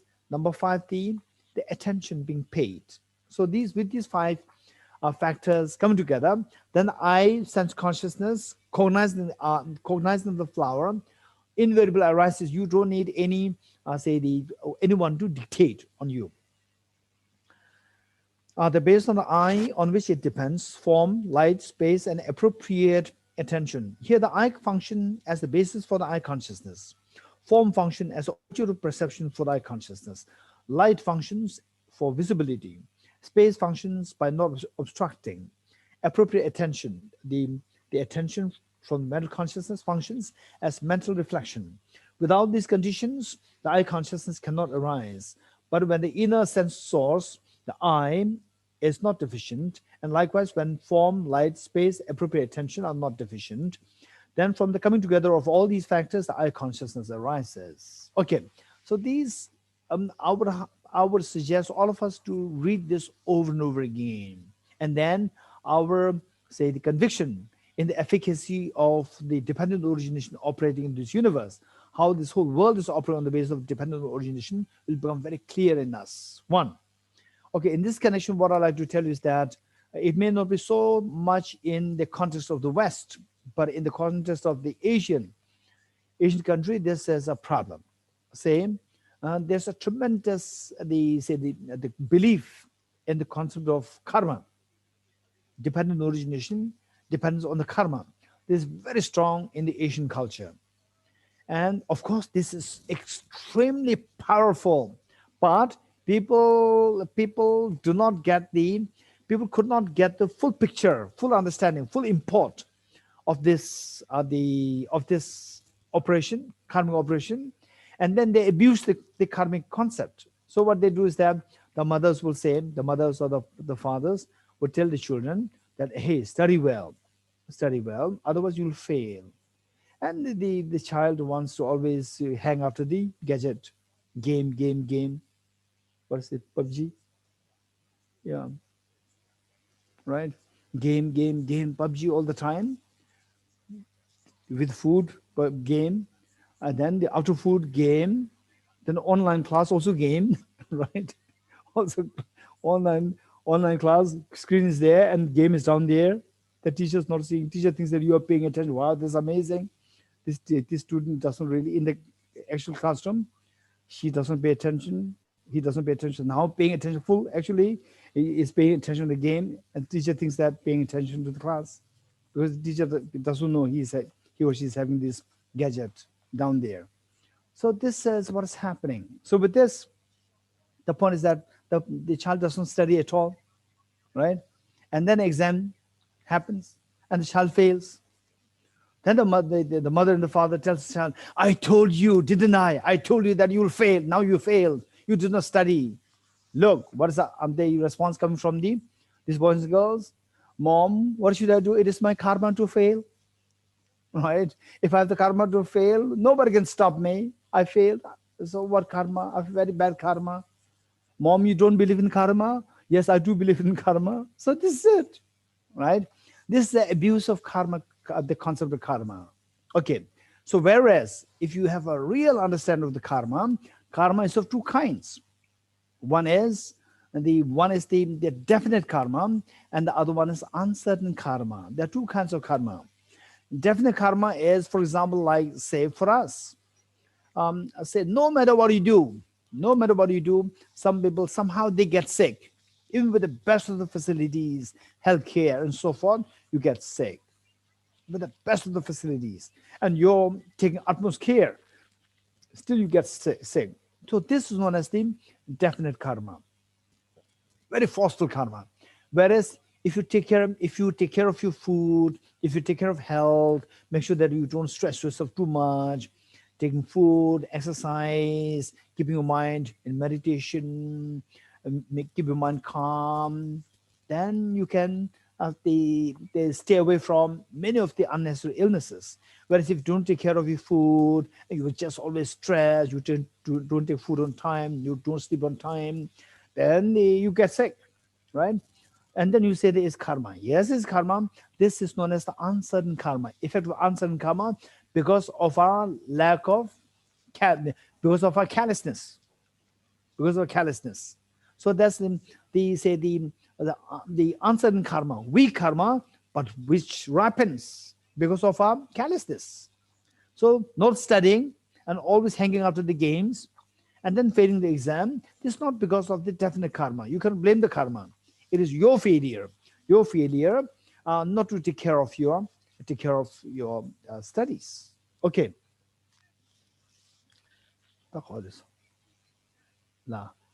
Okay. The I does not think. I'm reading the text. Okay, now we're almost there. We're almost finished. The I does not think. I serve as the basis for the I consciousness. Nor does form think. I serve as the object of perception for the I consciousness. Nor does light think. I function as a visibility for the I consciousness. Nor does space think. I do not obstruct the I consciousness. Nor does appropriate attention think. I provide mental reflection for the I consciousness. Nor does I consciousness think. I am produced by these conditions. Yet the I consciousness is born from the presence of these conditions. Similarly, a corresponding analysis should be applied to the rest of the faculties, to the ear consciousness, nose consciousness, body consciousness, so forth. In other words, the name and form. The name referring to the four aggregates: aggregate of feeling, discrimination, compensating factors, and consciousness. In other words, aggregate of mind. Here, there is nothing whatsoever that transmigrates from this existence to the okay. Here, there's nothing whatsoever that transmigrates from this existence to the next, and yet,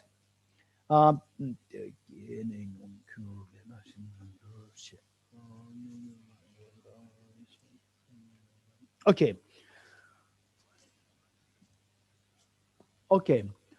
That is what is known as the karma. How the karma operates. There are three divisions. There are so many ways of classifying the karma. Another one way of classifying the karma is three. Say we engage in karmas, extremely powerful karma. In other words, definite karma, and the say definite karma, and the result, because the karma is so powerful that you will reap the result in this very lifetime. Number one. Okay. The karma whose result will be experienced within the same life. Number one. Number two is karma whose results you will experience in the next life, immediate next life. And the karma whose results you will experience in the following life, meaning the next and any time in the future, following life. Then the fourth one, the uncertain karma. Okay, uncertain karma. So there are you can classify the karmas into say the definite karma. You classify them into three alone, and then add to this the uncertain karma, which makes the classification karma into four. So this example of the I consciousness given rise to by these factors, these are the example of them according to the commentary by Acharya Kamalashil. Acharya Kamalashil is 8th century great Indian master who was invited to Tibet and who made a great contribution by teaching the text, what is known as the three versions of the meditation. Three versions of the meditation. The text there are three like sections, three versions, three sections of the meditation. And His Holiness teaches the second one, the middling stage of the meditation, very often. Okay, he's the author, Acharya Kamalashil. Okay, in his commentary, he said that these four karmas are to be related to with the four metaphors. The first one, I consciousness, which we talked right now. I consciousness immediately given rise to by these factors when come together. I consciousness given rise to immediately. That is this metaphor for the definite karma, which ripens its result in this very lifetime. Okay, number two, here.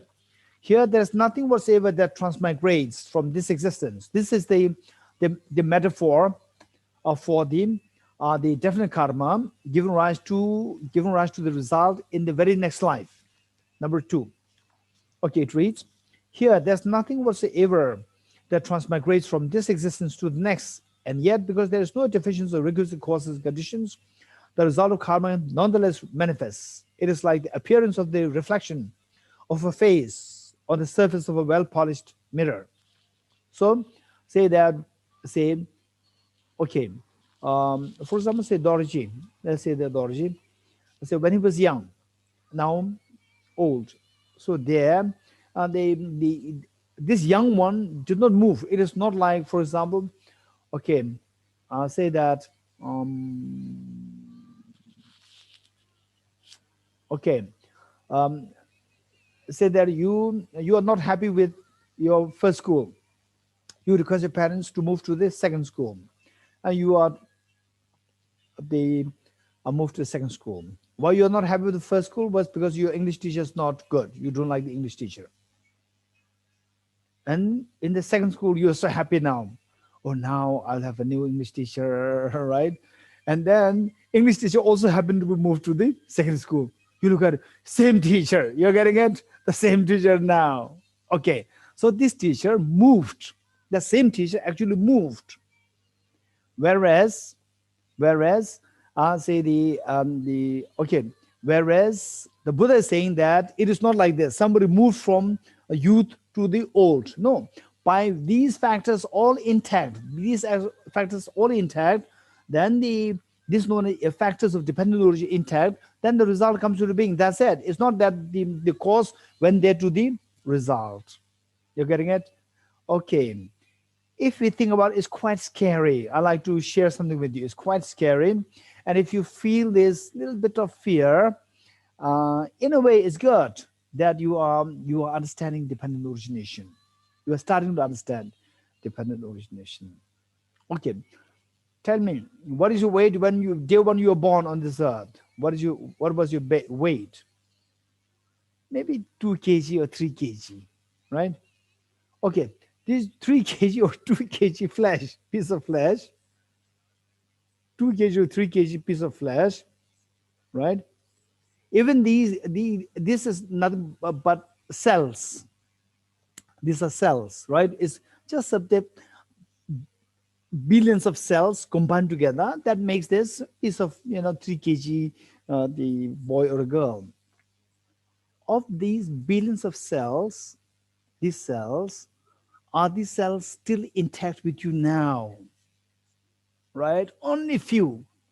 The cells, they decay and new cells are generated. Old ones die, new generated. And today what you have, almost like 95% of what you are today was not there. You're getting it? What was there, like 95% of what was there was gone. Right? So you are actually a new person. It's quite scary. As Sandra, we say that I was born. She's my mother. He's my dad. I was born that time. When I was young, you were not there actually. They are very different. You are very different. You're getting it? But still, conventionally, we say that, yes, from there, then I went to this school, this country, that school, and finally I came to Paris. Okay, this is how we say, if you think carefully, where is that thing which really is there? What was there, what is now is very different. But depends on the various causes and conditions, depends on these, then what you as today originates. It's not that what was that young boy or the girl with this 3 kg thing, all this intact, come here. No, from this a 3 kg, like 95% is gone. The many of the body cells, some of their lifespan is like 7 years. Some of them like maybe 10 years, 15 years. The cells, their lifespan. and I'm 50, which means almost like 95% of what I had is already gone. It's all these things, what I have now, they all come new. So where is the self, which is the same? So what the Buddha taught is this is dependent origination. By having all these factors intact, then the self originated. So this conventionally we say that is the same self who came here. So this is all coming from the subject, not from the object. From the object is a very different person.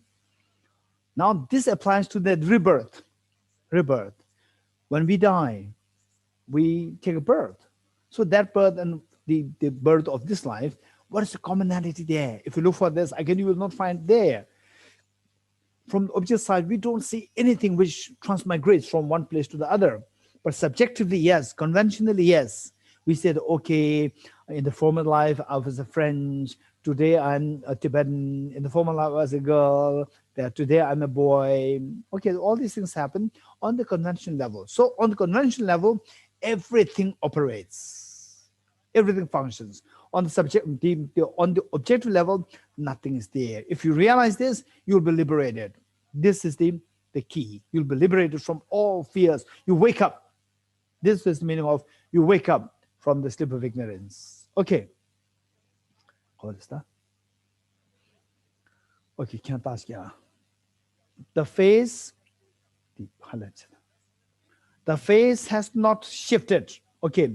When you look at the mirror, your face has not moved to the mirror there. The face has not shifted onto the surface of the mirror, but because there is no deficiency of requisite conscious causes and conditions, the face nonetheless appears there. Similarly, there's nobody at all. Okay, now this one is the next example of the definite karma whose results will be ripened in the third life and after. The first life is today's your life, and the next life, and the next life and after. Okay, that is the third one. Similarly, there's nobody at all who transmigrates from here after death, and is born elsewhere. And yet, because there is no deficiency of requisite causes and conditions, the result of karma nonetheless manifests. It is like how the orb of the moon. Now look, distance is more, right? So this life, next life, next life, the distance in time is more. Likewise, the first, the sense power and sense consciousness, they are just very, very immediate. Then the next one is the mirror, and the face is little distance separated. Now the moon and the reflection of the moon is a huge distance. Similarly, there's nobody at all who transmigrates from here after death and is born elsewhere. And yet, because there's no deficiency of requisite causes and conditions, the result of karma nonetheless manifests. It is like how the orb of the moon travels at a distance of 42,000 yojanas above earth, and yet its reflection nonetheless appears in small vessels filled with water, right? The reflection and the moon, reflection of the moon and the moon, there's such a gap there. But when all these conditions are gathered, this reflection invariably arises. It's not that the moon has moved there. It's not that the moon moves from its position and enters the small vessels filled with water. Yet, because there is no deficiency of requisite causes and conditions, the orb of the moon nonetheless appears there. Okay, the next is the uncertain karma. Likewise, that there is nobody at all who transmigrates from here after death and is born elsewhere, and yet because there is no deficiency of requisite causes and conditions, the result of karma nonetheless manifests. It is like how a fire ignites from the assemblage of its requisite causes and conditions. Okay, let's say the wood, and then let's say the what is that? The lighter matchstick or the lighter. Keep it there. When will they come together? When will they come together? It's up to the individual. I want the fire, then I strike the matches and then burn it, the fire will come. If I don't touch it, it will remain like this. So this is the uncertain karma. Okay, next, in the same way, call this, and not when deficient of its requisite causes and conditions. In the same way, although things are devoid of ownership, ungraspable, space-like, and their nature is the mark of illusion, because there is no illusion, meaning that from the object there's nothing there. It's all coming from the subject. Because there is no deficiency of requisite causes and conditions, the seed of consciousness born of common afflictions will nonetheless produce the sprout of name and form, within whichever mother's womb one will take rebirth through. This is the conditional relation of inner dependent arising to be seen. Inner dependent arising, causal, and the conditional. So now the conditional is done. Here, inner dependent arising is to be seen in terms of 5 aspects. Which 5? Okay, this is easy, which we already did before. Which 5? As not permanent. Not permanent meaning that there's no permanent self there. As not discontinuous, but there's a continuum there. Okay, let's see. My question to you, gallery. Okay, my question to all of you. Okay, my question to you is, okay, how many you have been, how many you had been a one-year-old girl or one-year-old boy? Raise hands.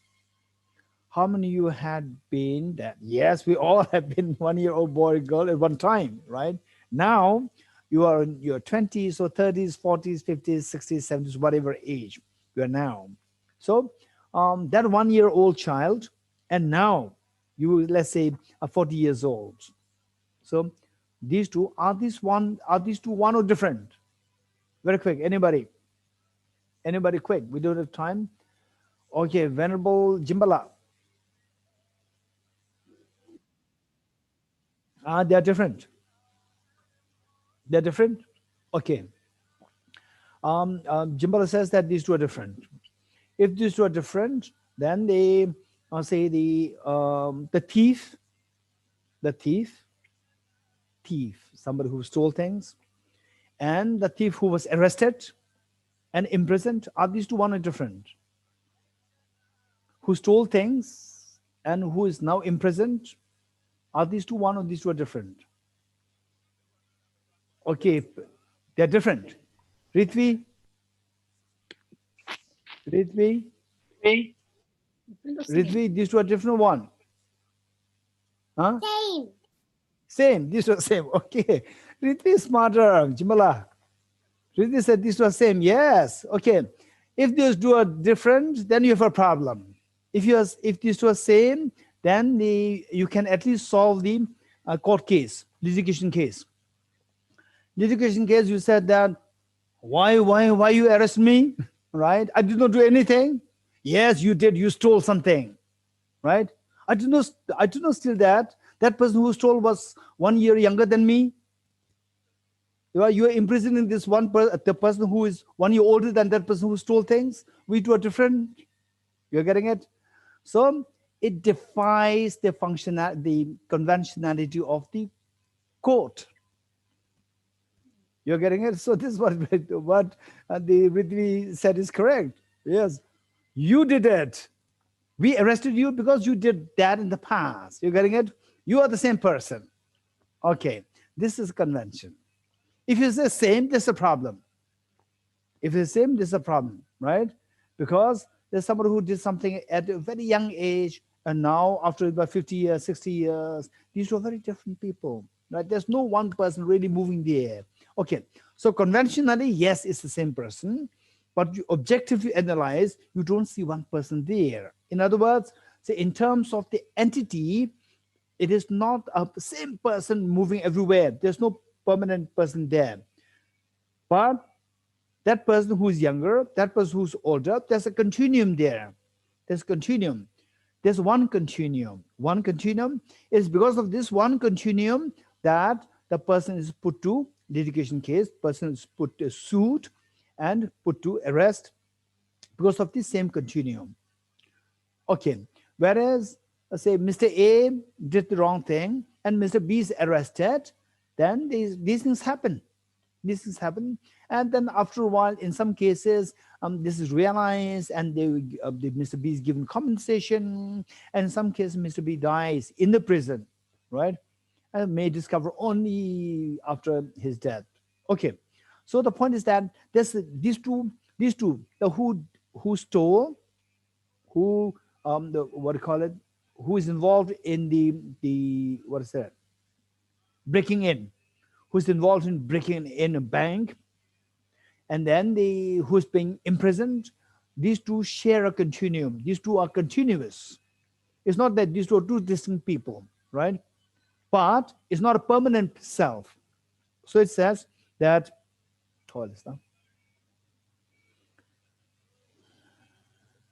la la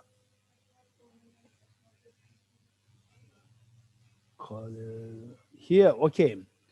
Here, inner dependent arising is to be seen as, anyway, the explanations are given in detail in the root text itself.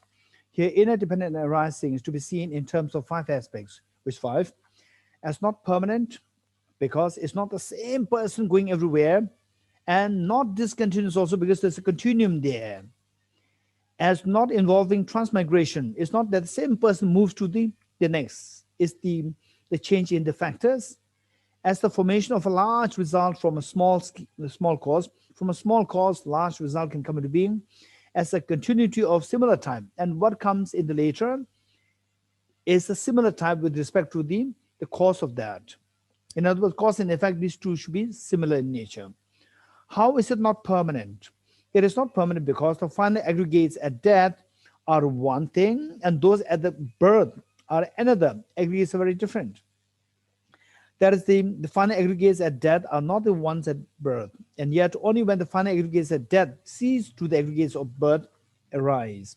How is it not discontinuous? Because these two are the death and the birth next time. These two share the same continuum.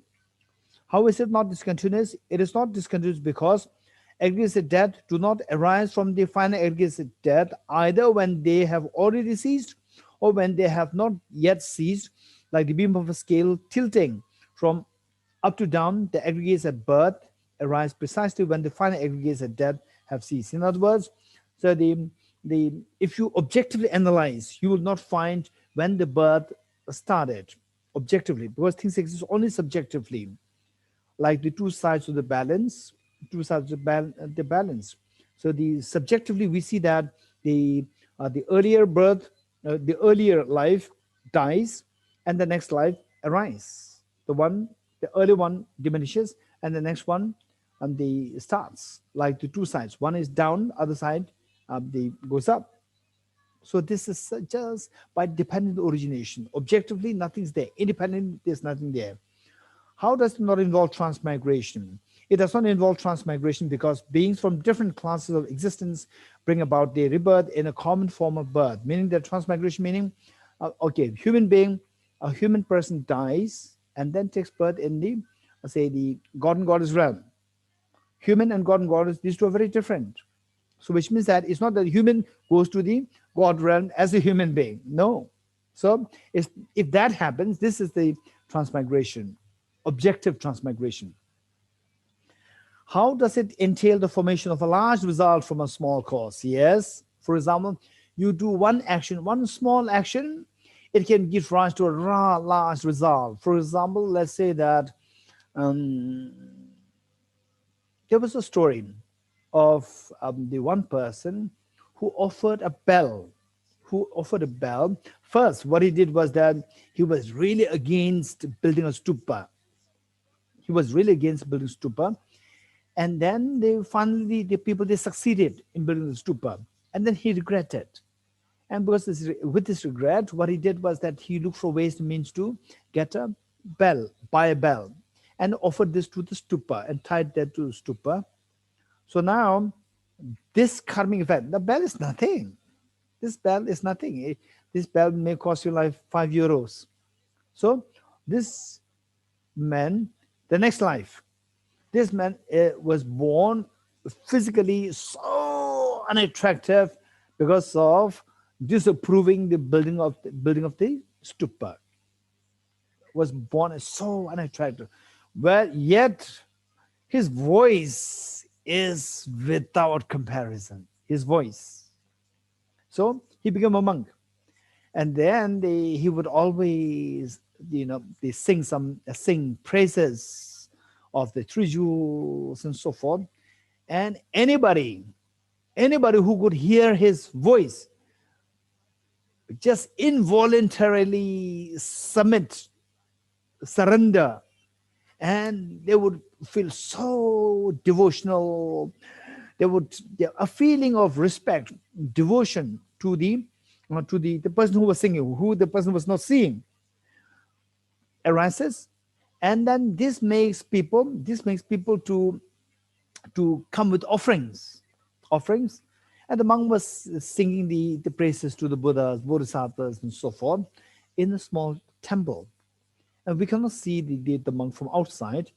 And these people, they come hearing his sound is so enticing. Then and then another monk was sitting there at the door, next to the door, like say the gatekeeper.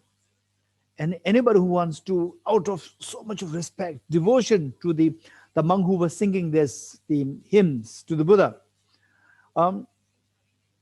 so they come with all the gifts, offerings to be made. And the monk at the gate would say that, okay, what do you want? I want to make this offering to this venerable monk. I have a tremendous devotion to him. And they would say that, okay, first leave all your gifts here. Otherwise, you will change your mind.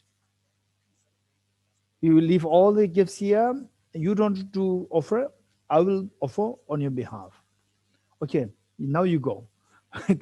Hearing it is just, it makes you just lost into deep devotion to the monk. The moment you saw the monk so unattractive, the devotion simply dissolves. It is that this devotion is just purely out of the sound, not out of the knowledge and the qualities, mental qualities. It's purely out of the sound. So you see the physical appearance very different, the devotion dissolves. So the people, they change their mind.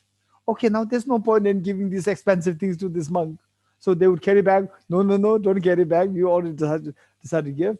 As you want to offer this, offer it. Don't change your mind. Otherwise, you'll build a very bad habit. So all these gifts will be offered to him afterwards. Okay. So look, this is just offering one simple bell to a stupa. You get such a result. And of course, it's not only for one life, it'll happen for many lifetimes. So this is the meaning of a small cost can give rise to numerous results in the future. How this? Okay. The ripening of the last result is experienced from having performed a minor action. Thus, it entails the formation of a large result from a small cause. Okay, now we are about to finish. It involves a continuity of similar type because, okay, now the cause and the effect, this should be similar time. Plant an apple seed, don't expect mangoes growing out of that. So the cause and effect must be concomitant. How does it entail the formation of large? Oh no, it involves a continuity of similar type because the ripening of an action is experienced precisely according to the action performed. You do good things, you do virtues, only expect happiness. Expect happiness only when you do virtues. You do non-virtues, don't expect happiness. Right? Be kind to your mother, expect happiness. Maybe in this life, but for sure in the next lives. But if you're being unkind towards your parents or towards others, and then you expect happiness, this is totally we defying the law of karma. This is where we are creating self-destruction.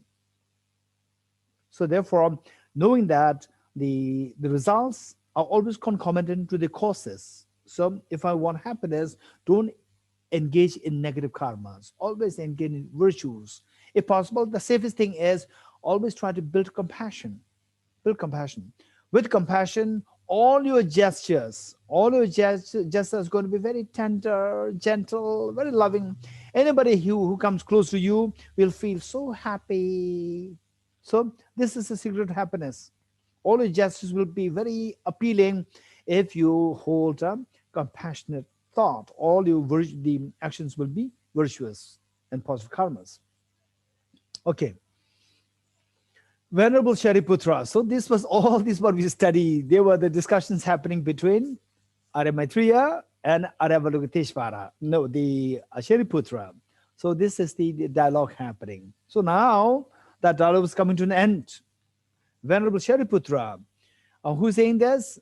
Arya Maitreya is saying this. Arya Maitreya tells Shariputra, Venerable Shariputra, whoever sees with perfect wisdom this dependent arising, which we studied thus far, perfectly taught by the Bhagavan or the Buddha, as it actually is, as always and forever, without life force, without devoid of life force, true, unmistaken, unborn, not arisen, uncreated, uncompounded, unobstructed, imperceptible. This we already explained earlier. Tranquil, fearless, incontrovertible, inexhaustible, and by nature never stilled. Whoever fully and truly sees it as unreal, okay, sees it as unreal. Unreal meaning that whatever we are seeing is objectively not real. And vain, vain meaning that it is like it's like a dream. And hollow, it is like the magical illusion.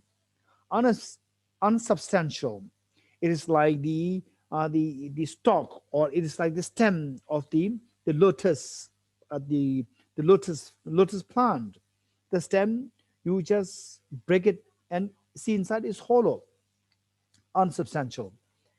And as a sickness, and the same, all these miseries, 12 links, dependent on origination, we see that it's a form of a sickness, a boil, a thorn. Okay, a sickness, a boil, a thorn.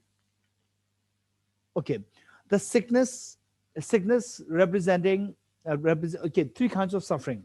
Sickness, the suffering of change, and the boil, suffering. It is according to Acharya Kamal Shil. Sickness resembling the suffering change, and the boil, the suffering of suffering, and then the thorn, pervasive condition suffering. So how that's related? Sickness meaning that, okay, somebody says, okay, no, I'm very sorry, and then okay, you feel happy. Next time again the person repeats the mistake. Again, you said no, you are doing it. Earlier you said you will not do it. Oh, I'm very sorry, I did it. And then at one point you said, I'm sick of you. You're getting it? I'm sick of you, meaning that earlier you promised something and I was very happy. This happiness changes to sickness. So happiness changing to sickness is known as suffering of change.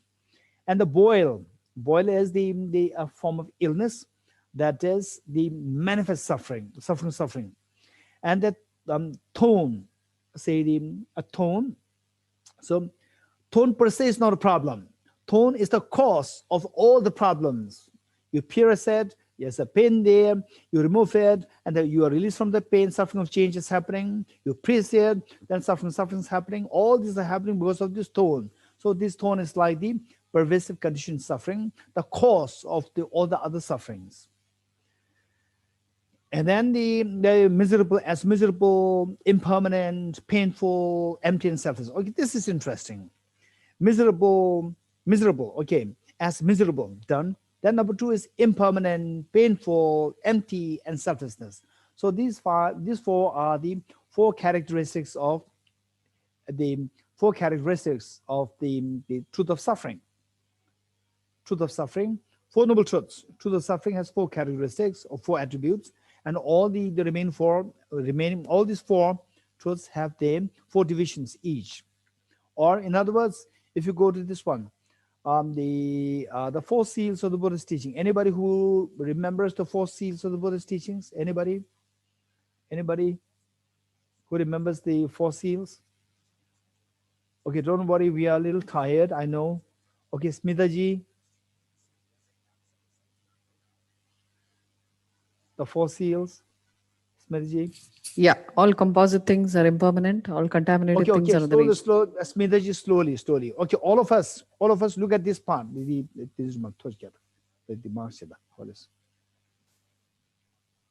Painful, on the painful, empty, selflessness, impermanent. Can't be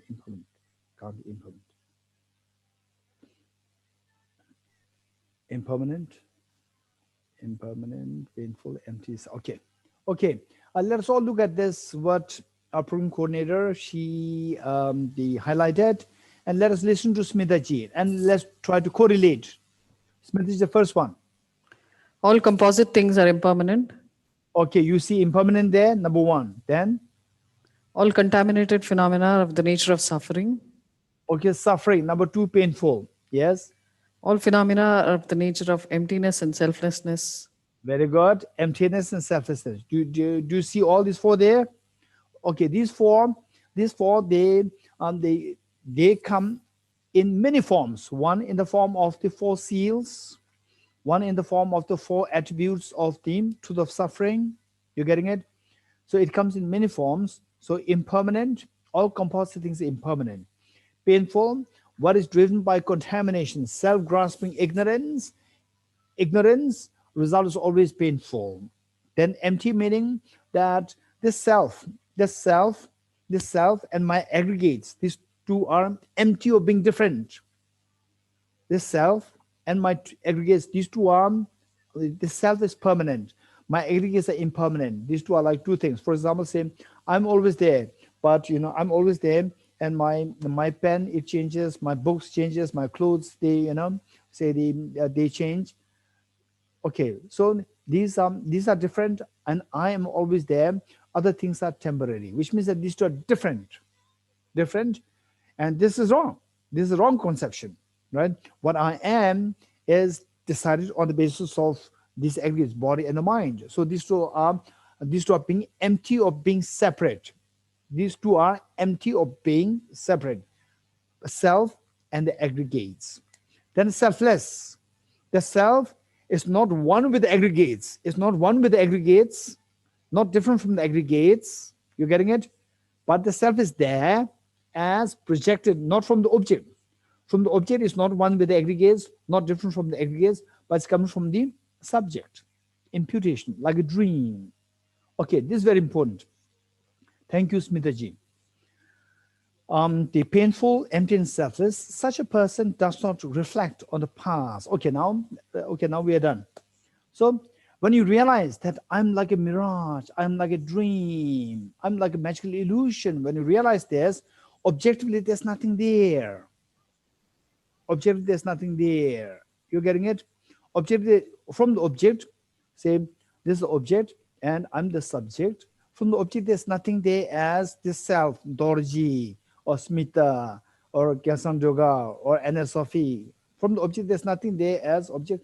I'm like a dream. You're getting it? I'm like a dream from the subject.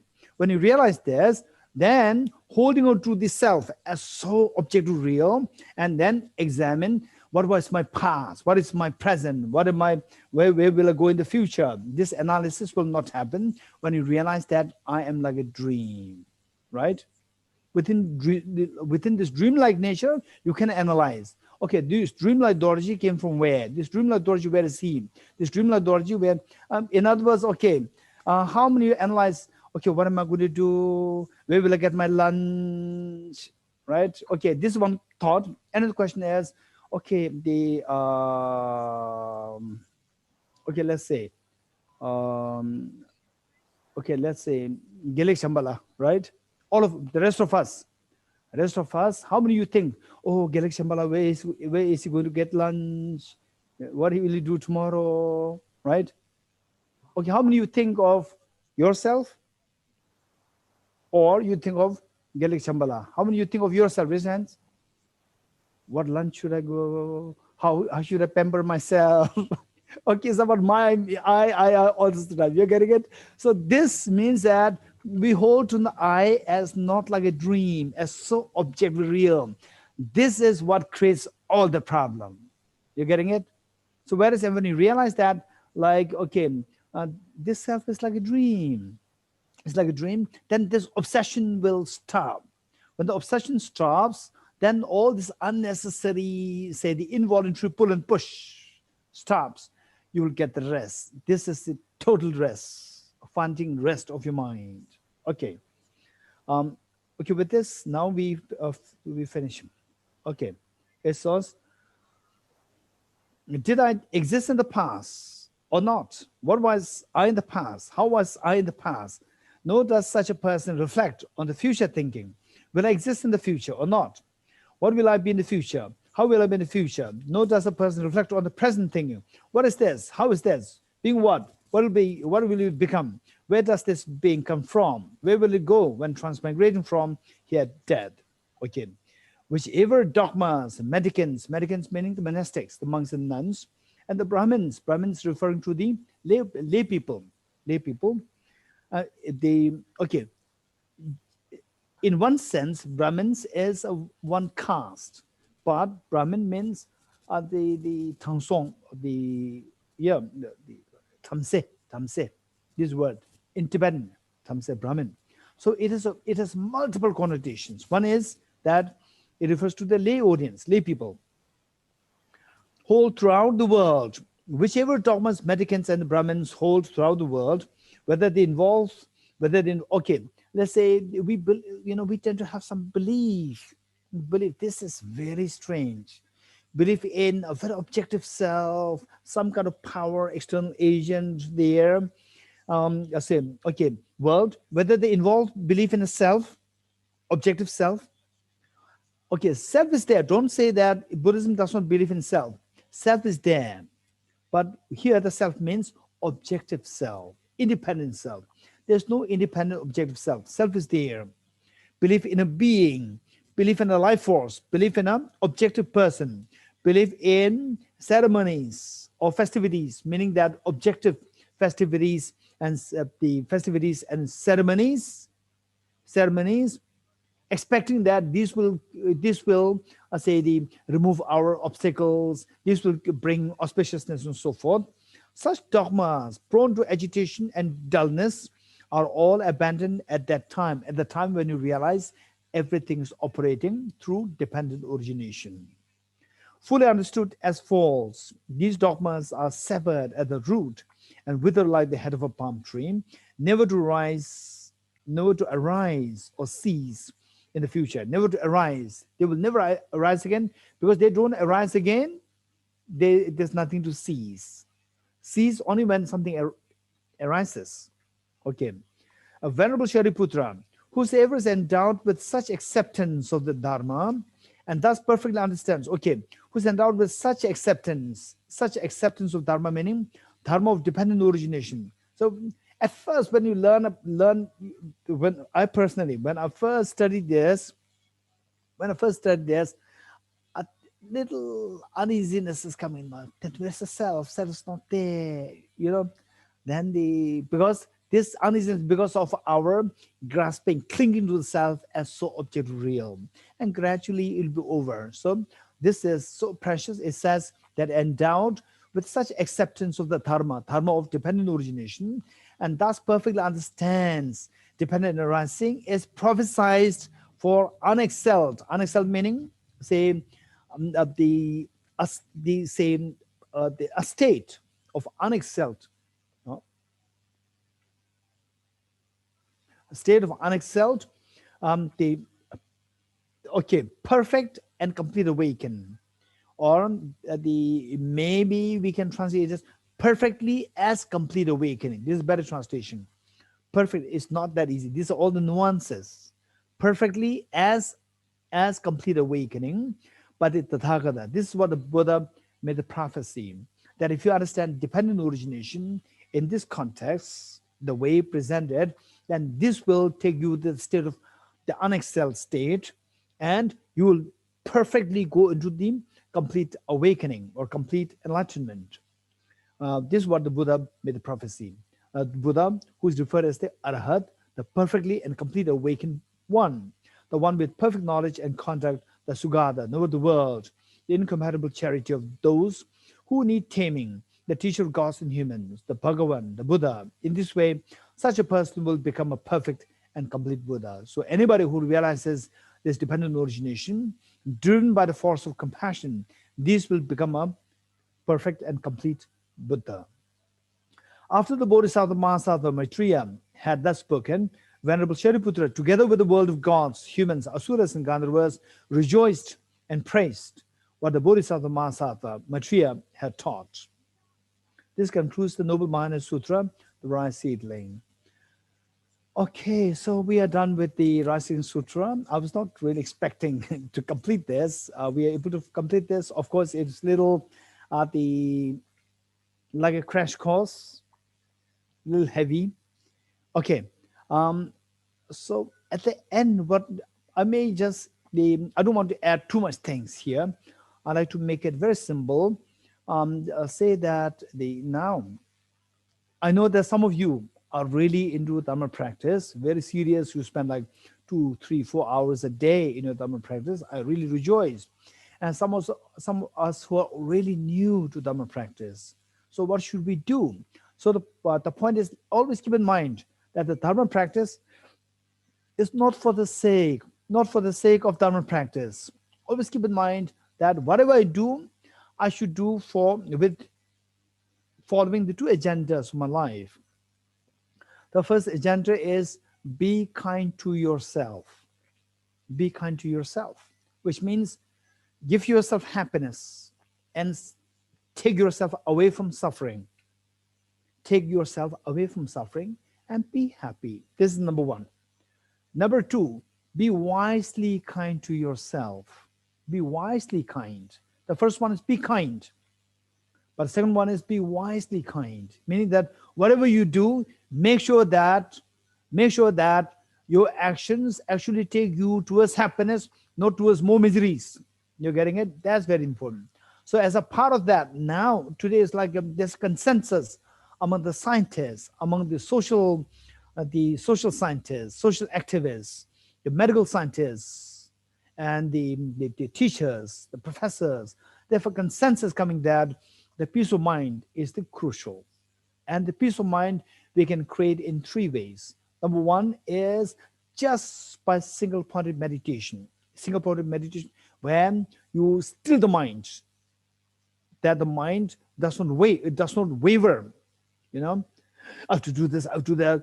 Oh, what that person must think about me. Your mind is totally just going haywire. It's so disturbing, it's so tiring.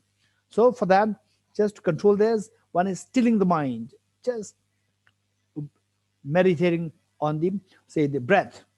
Just focus on the breath, just empty your mind for like 5 minutes. Just empty your mind and do it very consistent, this one. But this is not the ultimate solution. This is one part which is helpful. Then number 2 is change your cognitive thought process. Cognitive thought process and sharpen your intelligence to know things as dependent origination. This will give you a profound conviction and confidence. Confidence and conviction, which makes you fearless. Number 2. Number 3 is expand the circle of your love. Expand the circle of love. Right? Some people we talk about, okay, I'm do Dharma. So in Dharma, the Buddhism teaches about the detachment. I seems like too attached to my family, too attached to my mother, too attached to my children, so forth. Okay, no, that's not the idea. Don't be scared of loving your family members. Don't be scared. Buddhism does not say, Buddhism is advising you to expand this love. Don't crunch your love. Don't shrink your love. You're getting it? Don't shrink the love. The Buddha said the Buddha's teaching is grounded on compassion. Without love, how can you feel compassion? Expand this love. Don't just confine your love to your child, to your husband, to your wife, right? Whatever love that you have, keep it and expand it. Don't reduce it, expand it, right? Expand it. Only if you want to seek personal liberation. Only if you want to seek personal liberation. I want to be liberated, all others, I'm sorry. If this is your attitude, then shrink your love. Shrink, right? Go for detachment. Whereas if you want to follow the Bodhisattva path, where you will have the maximum benefit for yourself, you will have the maximum benefit to be rendered to all the beings. This is amazing. This is amazing. This is so, so precious. For that, don't shrink your love. Expand your love. Right? The love that you feel towards your husband, towards your wife, towards your children, towards your parents. Expand it towards your neighbors, towards your colleagues at the workplace, towards all the sentient beings, towards the animals, towards the plants, towards the trees, towards the animals. And then towards the animals, okay, then what about my non-veg food? Okay, reduce it. You're getting it? Reduce it. Reduce it. And slowly, slowly, stop it. Stop it. you'll feel that your compassion will grow much more the moment you turn towards vegetarianism. That's for sure. You're getting it? So these are things that we can think of. Now, for this, what should we actually do now on a daily basis? Number one, for the single point of meditation, the instruction which we did last time, just follow the instruction and do the single point of meditation, focus on the breath for like 5 minutes. 5 minutes every day, every day. Then number two, for the dependent origination, recite the Ye Dharma mantra, which we recite every morning, all the 3 days. Om Ye Dharma Hetu Prabhava Hetum Desham Tathagato Hyavatat Desham Chayo Nirodha Evam Vadyama Shramanaya Soha. Recite this mantra. Then for the expanding your love and affection, recite the stanza which we recited this morning. I go for refuge in the triple gem. I confess the negativities individually. I rejoice in the virtues of all the beings. I hold the precious Buddhahood in my heart. And I'm saying very fast, so you can listen to the recording once more. You're getting it? And then you can go back. You get the text. Text is also there. You can get the text as well. Okay, that thing. And then what? Now we have the single point of meditation. The wisdom is there, dependent origination. Compassion is there, the one stanza. And then the ground of the compassion is the renunciation. For the renunciation, one stanza. The 4 seals, which Smitaji said so beautifully. All composite things are impermanent. All contaminated things are suffering nature. Everything is of the nature of emptiness, selflessness, transcending sorrows, nirvana. That's for renunciation as a ground to support the bodhicitta. Okay, then we should always be reminded of, right? Okay, so I learned this, single point of meditation, renunciation, bodhicitta, dependent origination, the wisdom of dependent origination. I have these 4 things. So which means that I should be doing it always. I should be doing it. We need a reminder. What helps us remind? Recite the Heart Sutra mantra. Gade, gade, para samgade, bodhisattva, which means go beyond, go utterly beyond, and establish your full awakening. Don't keep sleeping. Wake up from the sleep of ignorance and you'll be free, right? This is a reminder. Don't stay where you are. Go from where you are towards your purification of the mind. Set on the journey of the mind, from the miserable state to the state of ultimate happiness. Don't be lazy, right? Don't be lazy. Recite this mantra. This reminds us that go, right? If possible, try to say this also not only in the Sanskrit, also in English. Go beyond, go utterly beyond and establish your awakening. Don't sleep. Don't keep sleeping. Wake up, right? Go towards waking up. This should be the reminder. And then when you realize that sometimes you go to pubs, you go to nightclubs and so forth, and then you recite gade, right? Gade. Oh no, I'm not going towards the waking up. I'm going to sleeping more, right? This is not good. It's okay. I'm not doing justice to this mantra, right? I'm not doing justice to Venerable Elizabeth, and I'm not doing justice to the Kalachakra centers organizing this teaching. You're getting it? So if you can do these things, it'll take maximum 10 minutes a day. Maximum 10 minutes to 15 minutes a day. That is good enough, right? And then later on, you want to expand on it, you can expand it. Okay, that's it. The Venerable Elizabeth, thank you so much for you have been so consistent in your service for Dharma, really service for the humanity, for the beings, for sentient beings, for all these many years. It's not just 1 year, 2 years. It has been like more than like 30, 40 years that you really work for Dharma and for the sentient beings and really supporting all the centers. I really, really, really appreciate you. And thank you, Jimbala, for being so kindly, for this translation and for supporting, for you being like the great support to the people there, and also come to learn that Anna Sophie is like again a great support to Venerable Elizabeth. Thank you so much. And then Frank Hoyes, who did the translation yesterday, the part of the translation yesterday. Thank you so much.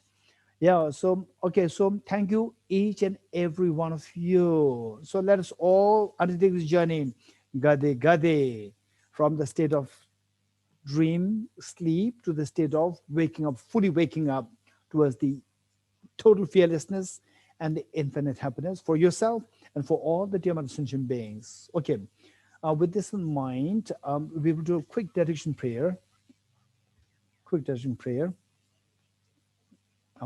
Okay. Okay, we'll do the quick dedication prayer. Let us pray that His Holiness the Dalai Lama, the true source of joy and happiness on this earth, that he lives long and that his wishes be fulfilled spontaneously. And let us also pray that the world leaders learn from His Holiness the Dalai Lama, like say the Mr. Joe Biden, the president-elect, and all the world leaders, they learn from His Holiness the Dalai Lama. There's a treasure there. The world is a treasure. Where the world is a sun. Why not we make use of this? All these leaders must be woken up to see the sun still existent on this earth, and that they learn from him how to bring harmony in this world, how not to go into racism, how not to go into, say, the gender discrimination, racism, and all these creating divides, and instead learn from him how to bring the harmony, sisterhood, brotherhood in this universe, and really help render service to the people, the poorer section of the people who really in need of these helps. So let us also pray that COVID-19 subsides as soon as possible by generating very effective, efficacious the vaccine for everybody, so that everybody will go back to normalcy. Where they can take a sigh of relief after all these the many months of being affected, their lives being affected by this COVID-19. And let us pray that the teaching on dependent origination, the teaching on the wisdom of emptiness, the teaching on the unconditional love of the bodhicitta flourish in the minds of all human sentient beings, present and the future. And let us also pray that all the learning centers of Ganden, Sera, Depong, the Monastic University of Sakya, Kagyu, Nyingma, Gyelo, the Monastic Universities of Theravada tradition, the Chinese tradition, Tibetan Buddhism, they all thrive in the activities of study, reflection, meditation. Let us also pray that all the beautiful centers, such as Kalachakra Center, may they thrive in the activities of benefiting, inspiring the people into the dharma, to make them, to create a sense of fearlessness and a sense of infinite happiness within themselves, their family members, and all the human sentient beings. Okay, with this in mind, let us recite this month the prayers. In the land encircled by snow mountains, you are the source of all happiness and good. All-powerful Chenri Tenzin Gyatso, please remain until samsara ends. Just as the brave Manjushri and Samatapatra true realize things as they are, also I dedicate all these merits in the best way that I might follow the perfect example. I dedicate all these rules of virtue with the dedication praised as the best by all the Buddhas who appeared in the three times, so that I might perform the noble Bodhisattva's deeds. Chanjo semjo rembo che maya panam ke gyoro che ke boy nyan boy me boy kone kondo prevarai shoho. May the Supreme Bodhicitta, there is not arisen, arise and grow, and may that which has arisen not diminish, but increase forevermore. As long as space remains, as long as sentient beings remain, until then, may I truly remain to dispel the miseries of the world. Due to the merits of these virtuous actions, may I quickly attain the state of Guru Buddha and lead all beings without exception into their enlightened state. I dedicate the merits thus gathered towards the realization of the deeds and the prayers of all the Buddhas and the Bodhisattvas of three, and to the upholding of the Dharma of teaching and realization. May I in all lives, through the force of this merit, never separate from the four wheels of the Mahana vehicle and accomplish all the stages of the path, renunciation, bodhicitta, pursuit in the two stages. With the wish to free all beings, I shall always go for refuge to the Buddha, Dharma, and Sangha until I reach full enlightenment. May the poor find wealth, those weak with sorrow find joy, and may the fallen find new hope, constant happiness, and prosperity. May all who are sick and ill quickly be freed from the illness, and may every disease in the world never occur again. May the frightened cease to be afraid, and those bound be freed. May the powerless find power, and may people think of benefiting one another. By the merits I've accumulated, may every single being abandon all forms of wrongdoing and perpetually engage in virtue. May they never be parted from the mind of bodhicitta, and may they always be engaged in the bodhisattva's contact. May they be cared for by the Buddhas and relinquish the actions of devils. May no living creature ever suffer, commit wrong or evil fall ill. May no one be afraid or belittled, or their minds ever be depressed. May all the pains of living creatures ripen solely upon myself, and through the might of the Bodhisattva Sangha, may all beings experience happiness. Having dispelled all inner and outer obstacles and downfalls, such as poverty, despair, oppression, cruelty, epidemics, and natural disasters due to environmental degradation, may all beings forever enjoy the glory of peace and happiness. Inspired by wisdom and compassion, today in the Buddha's presence, I generate the mind of full awakening for the benefit of all sentient beings. I go for refuge to the Triple Gem. I confess the negativities individually. I rejoice in the virtues of all the beings. I hold the precious Buddhahood in my heart. By the power of practicing and supplicating to you, may all be free from sickness, poverty, and conflicts, and may Dharma and auspicious proliferate in all places where we abide.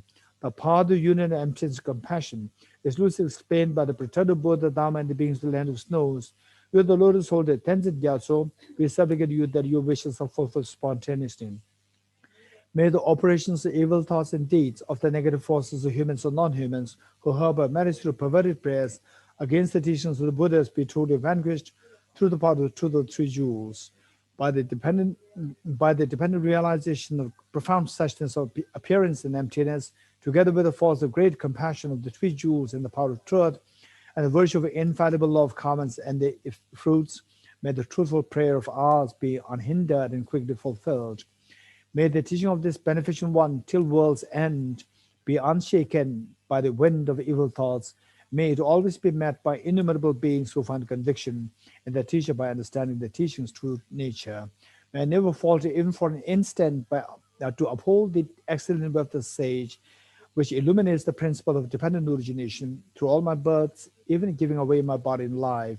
May I spend day and night carefully reflecting by what means can I enhance this teaching achieved by the Supreme Savior through his strenuous efforts over countless aeons. In all my lives, never separated from perfect gurus, may I enjoy the magnificent Dharma by completing the qualities of the stages and the paths. May I quickly attain the state of Vajratara. Throughout my future lifetimes, may I always be guided by the Manjushri and be able to uphold the Dharma in general and the teachings on dependent origination in particular, even at the cost of my life.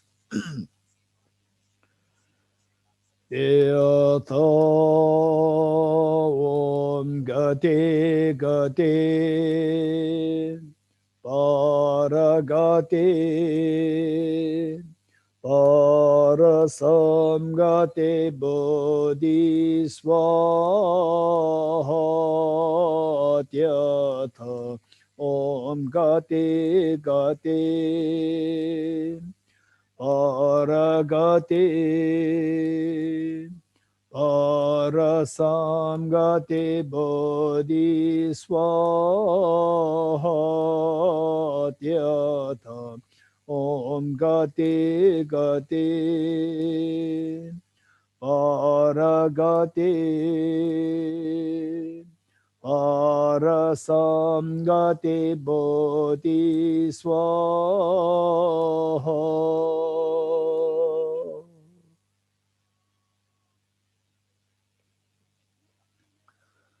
Okay, thank you. Thank you, thank you, all of you. Thank you, Geshe. Thank you, Geshe. Thank you. Thank you, Geshe. Merci, Geshe. Merci à tous. Merci. Merci à tous. Okay, merci. Merci, Geshe. Merci, Merci, Vénérable. Merci, Vénérable Jinpa. Geshe, Merci. thank you. Okay, Merci, bye-bye. Anne-Sophie. Thank you. Okay, Come back Ritu, soon. bye-bye. Ritu disappeared. Merci beaucoup, beaucoup. Merci, Elisabeth. Disappeared. Okay, bye-bye, all of you. Bye-bye. Voilà. Thank you very much. Thank you, Stay Geshe. happy. Stay happy. Thank Bye-bye. you for Ouais. sharing your time with us. Merci à tous. Merci à tous. Merci à tous. Merci. Et à bientôt. Merci beaucoup. À bientôt. Merci beaucoup. Pour le Merci, chapitre Elisabeth. metta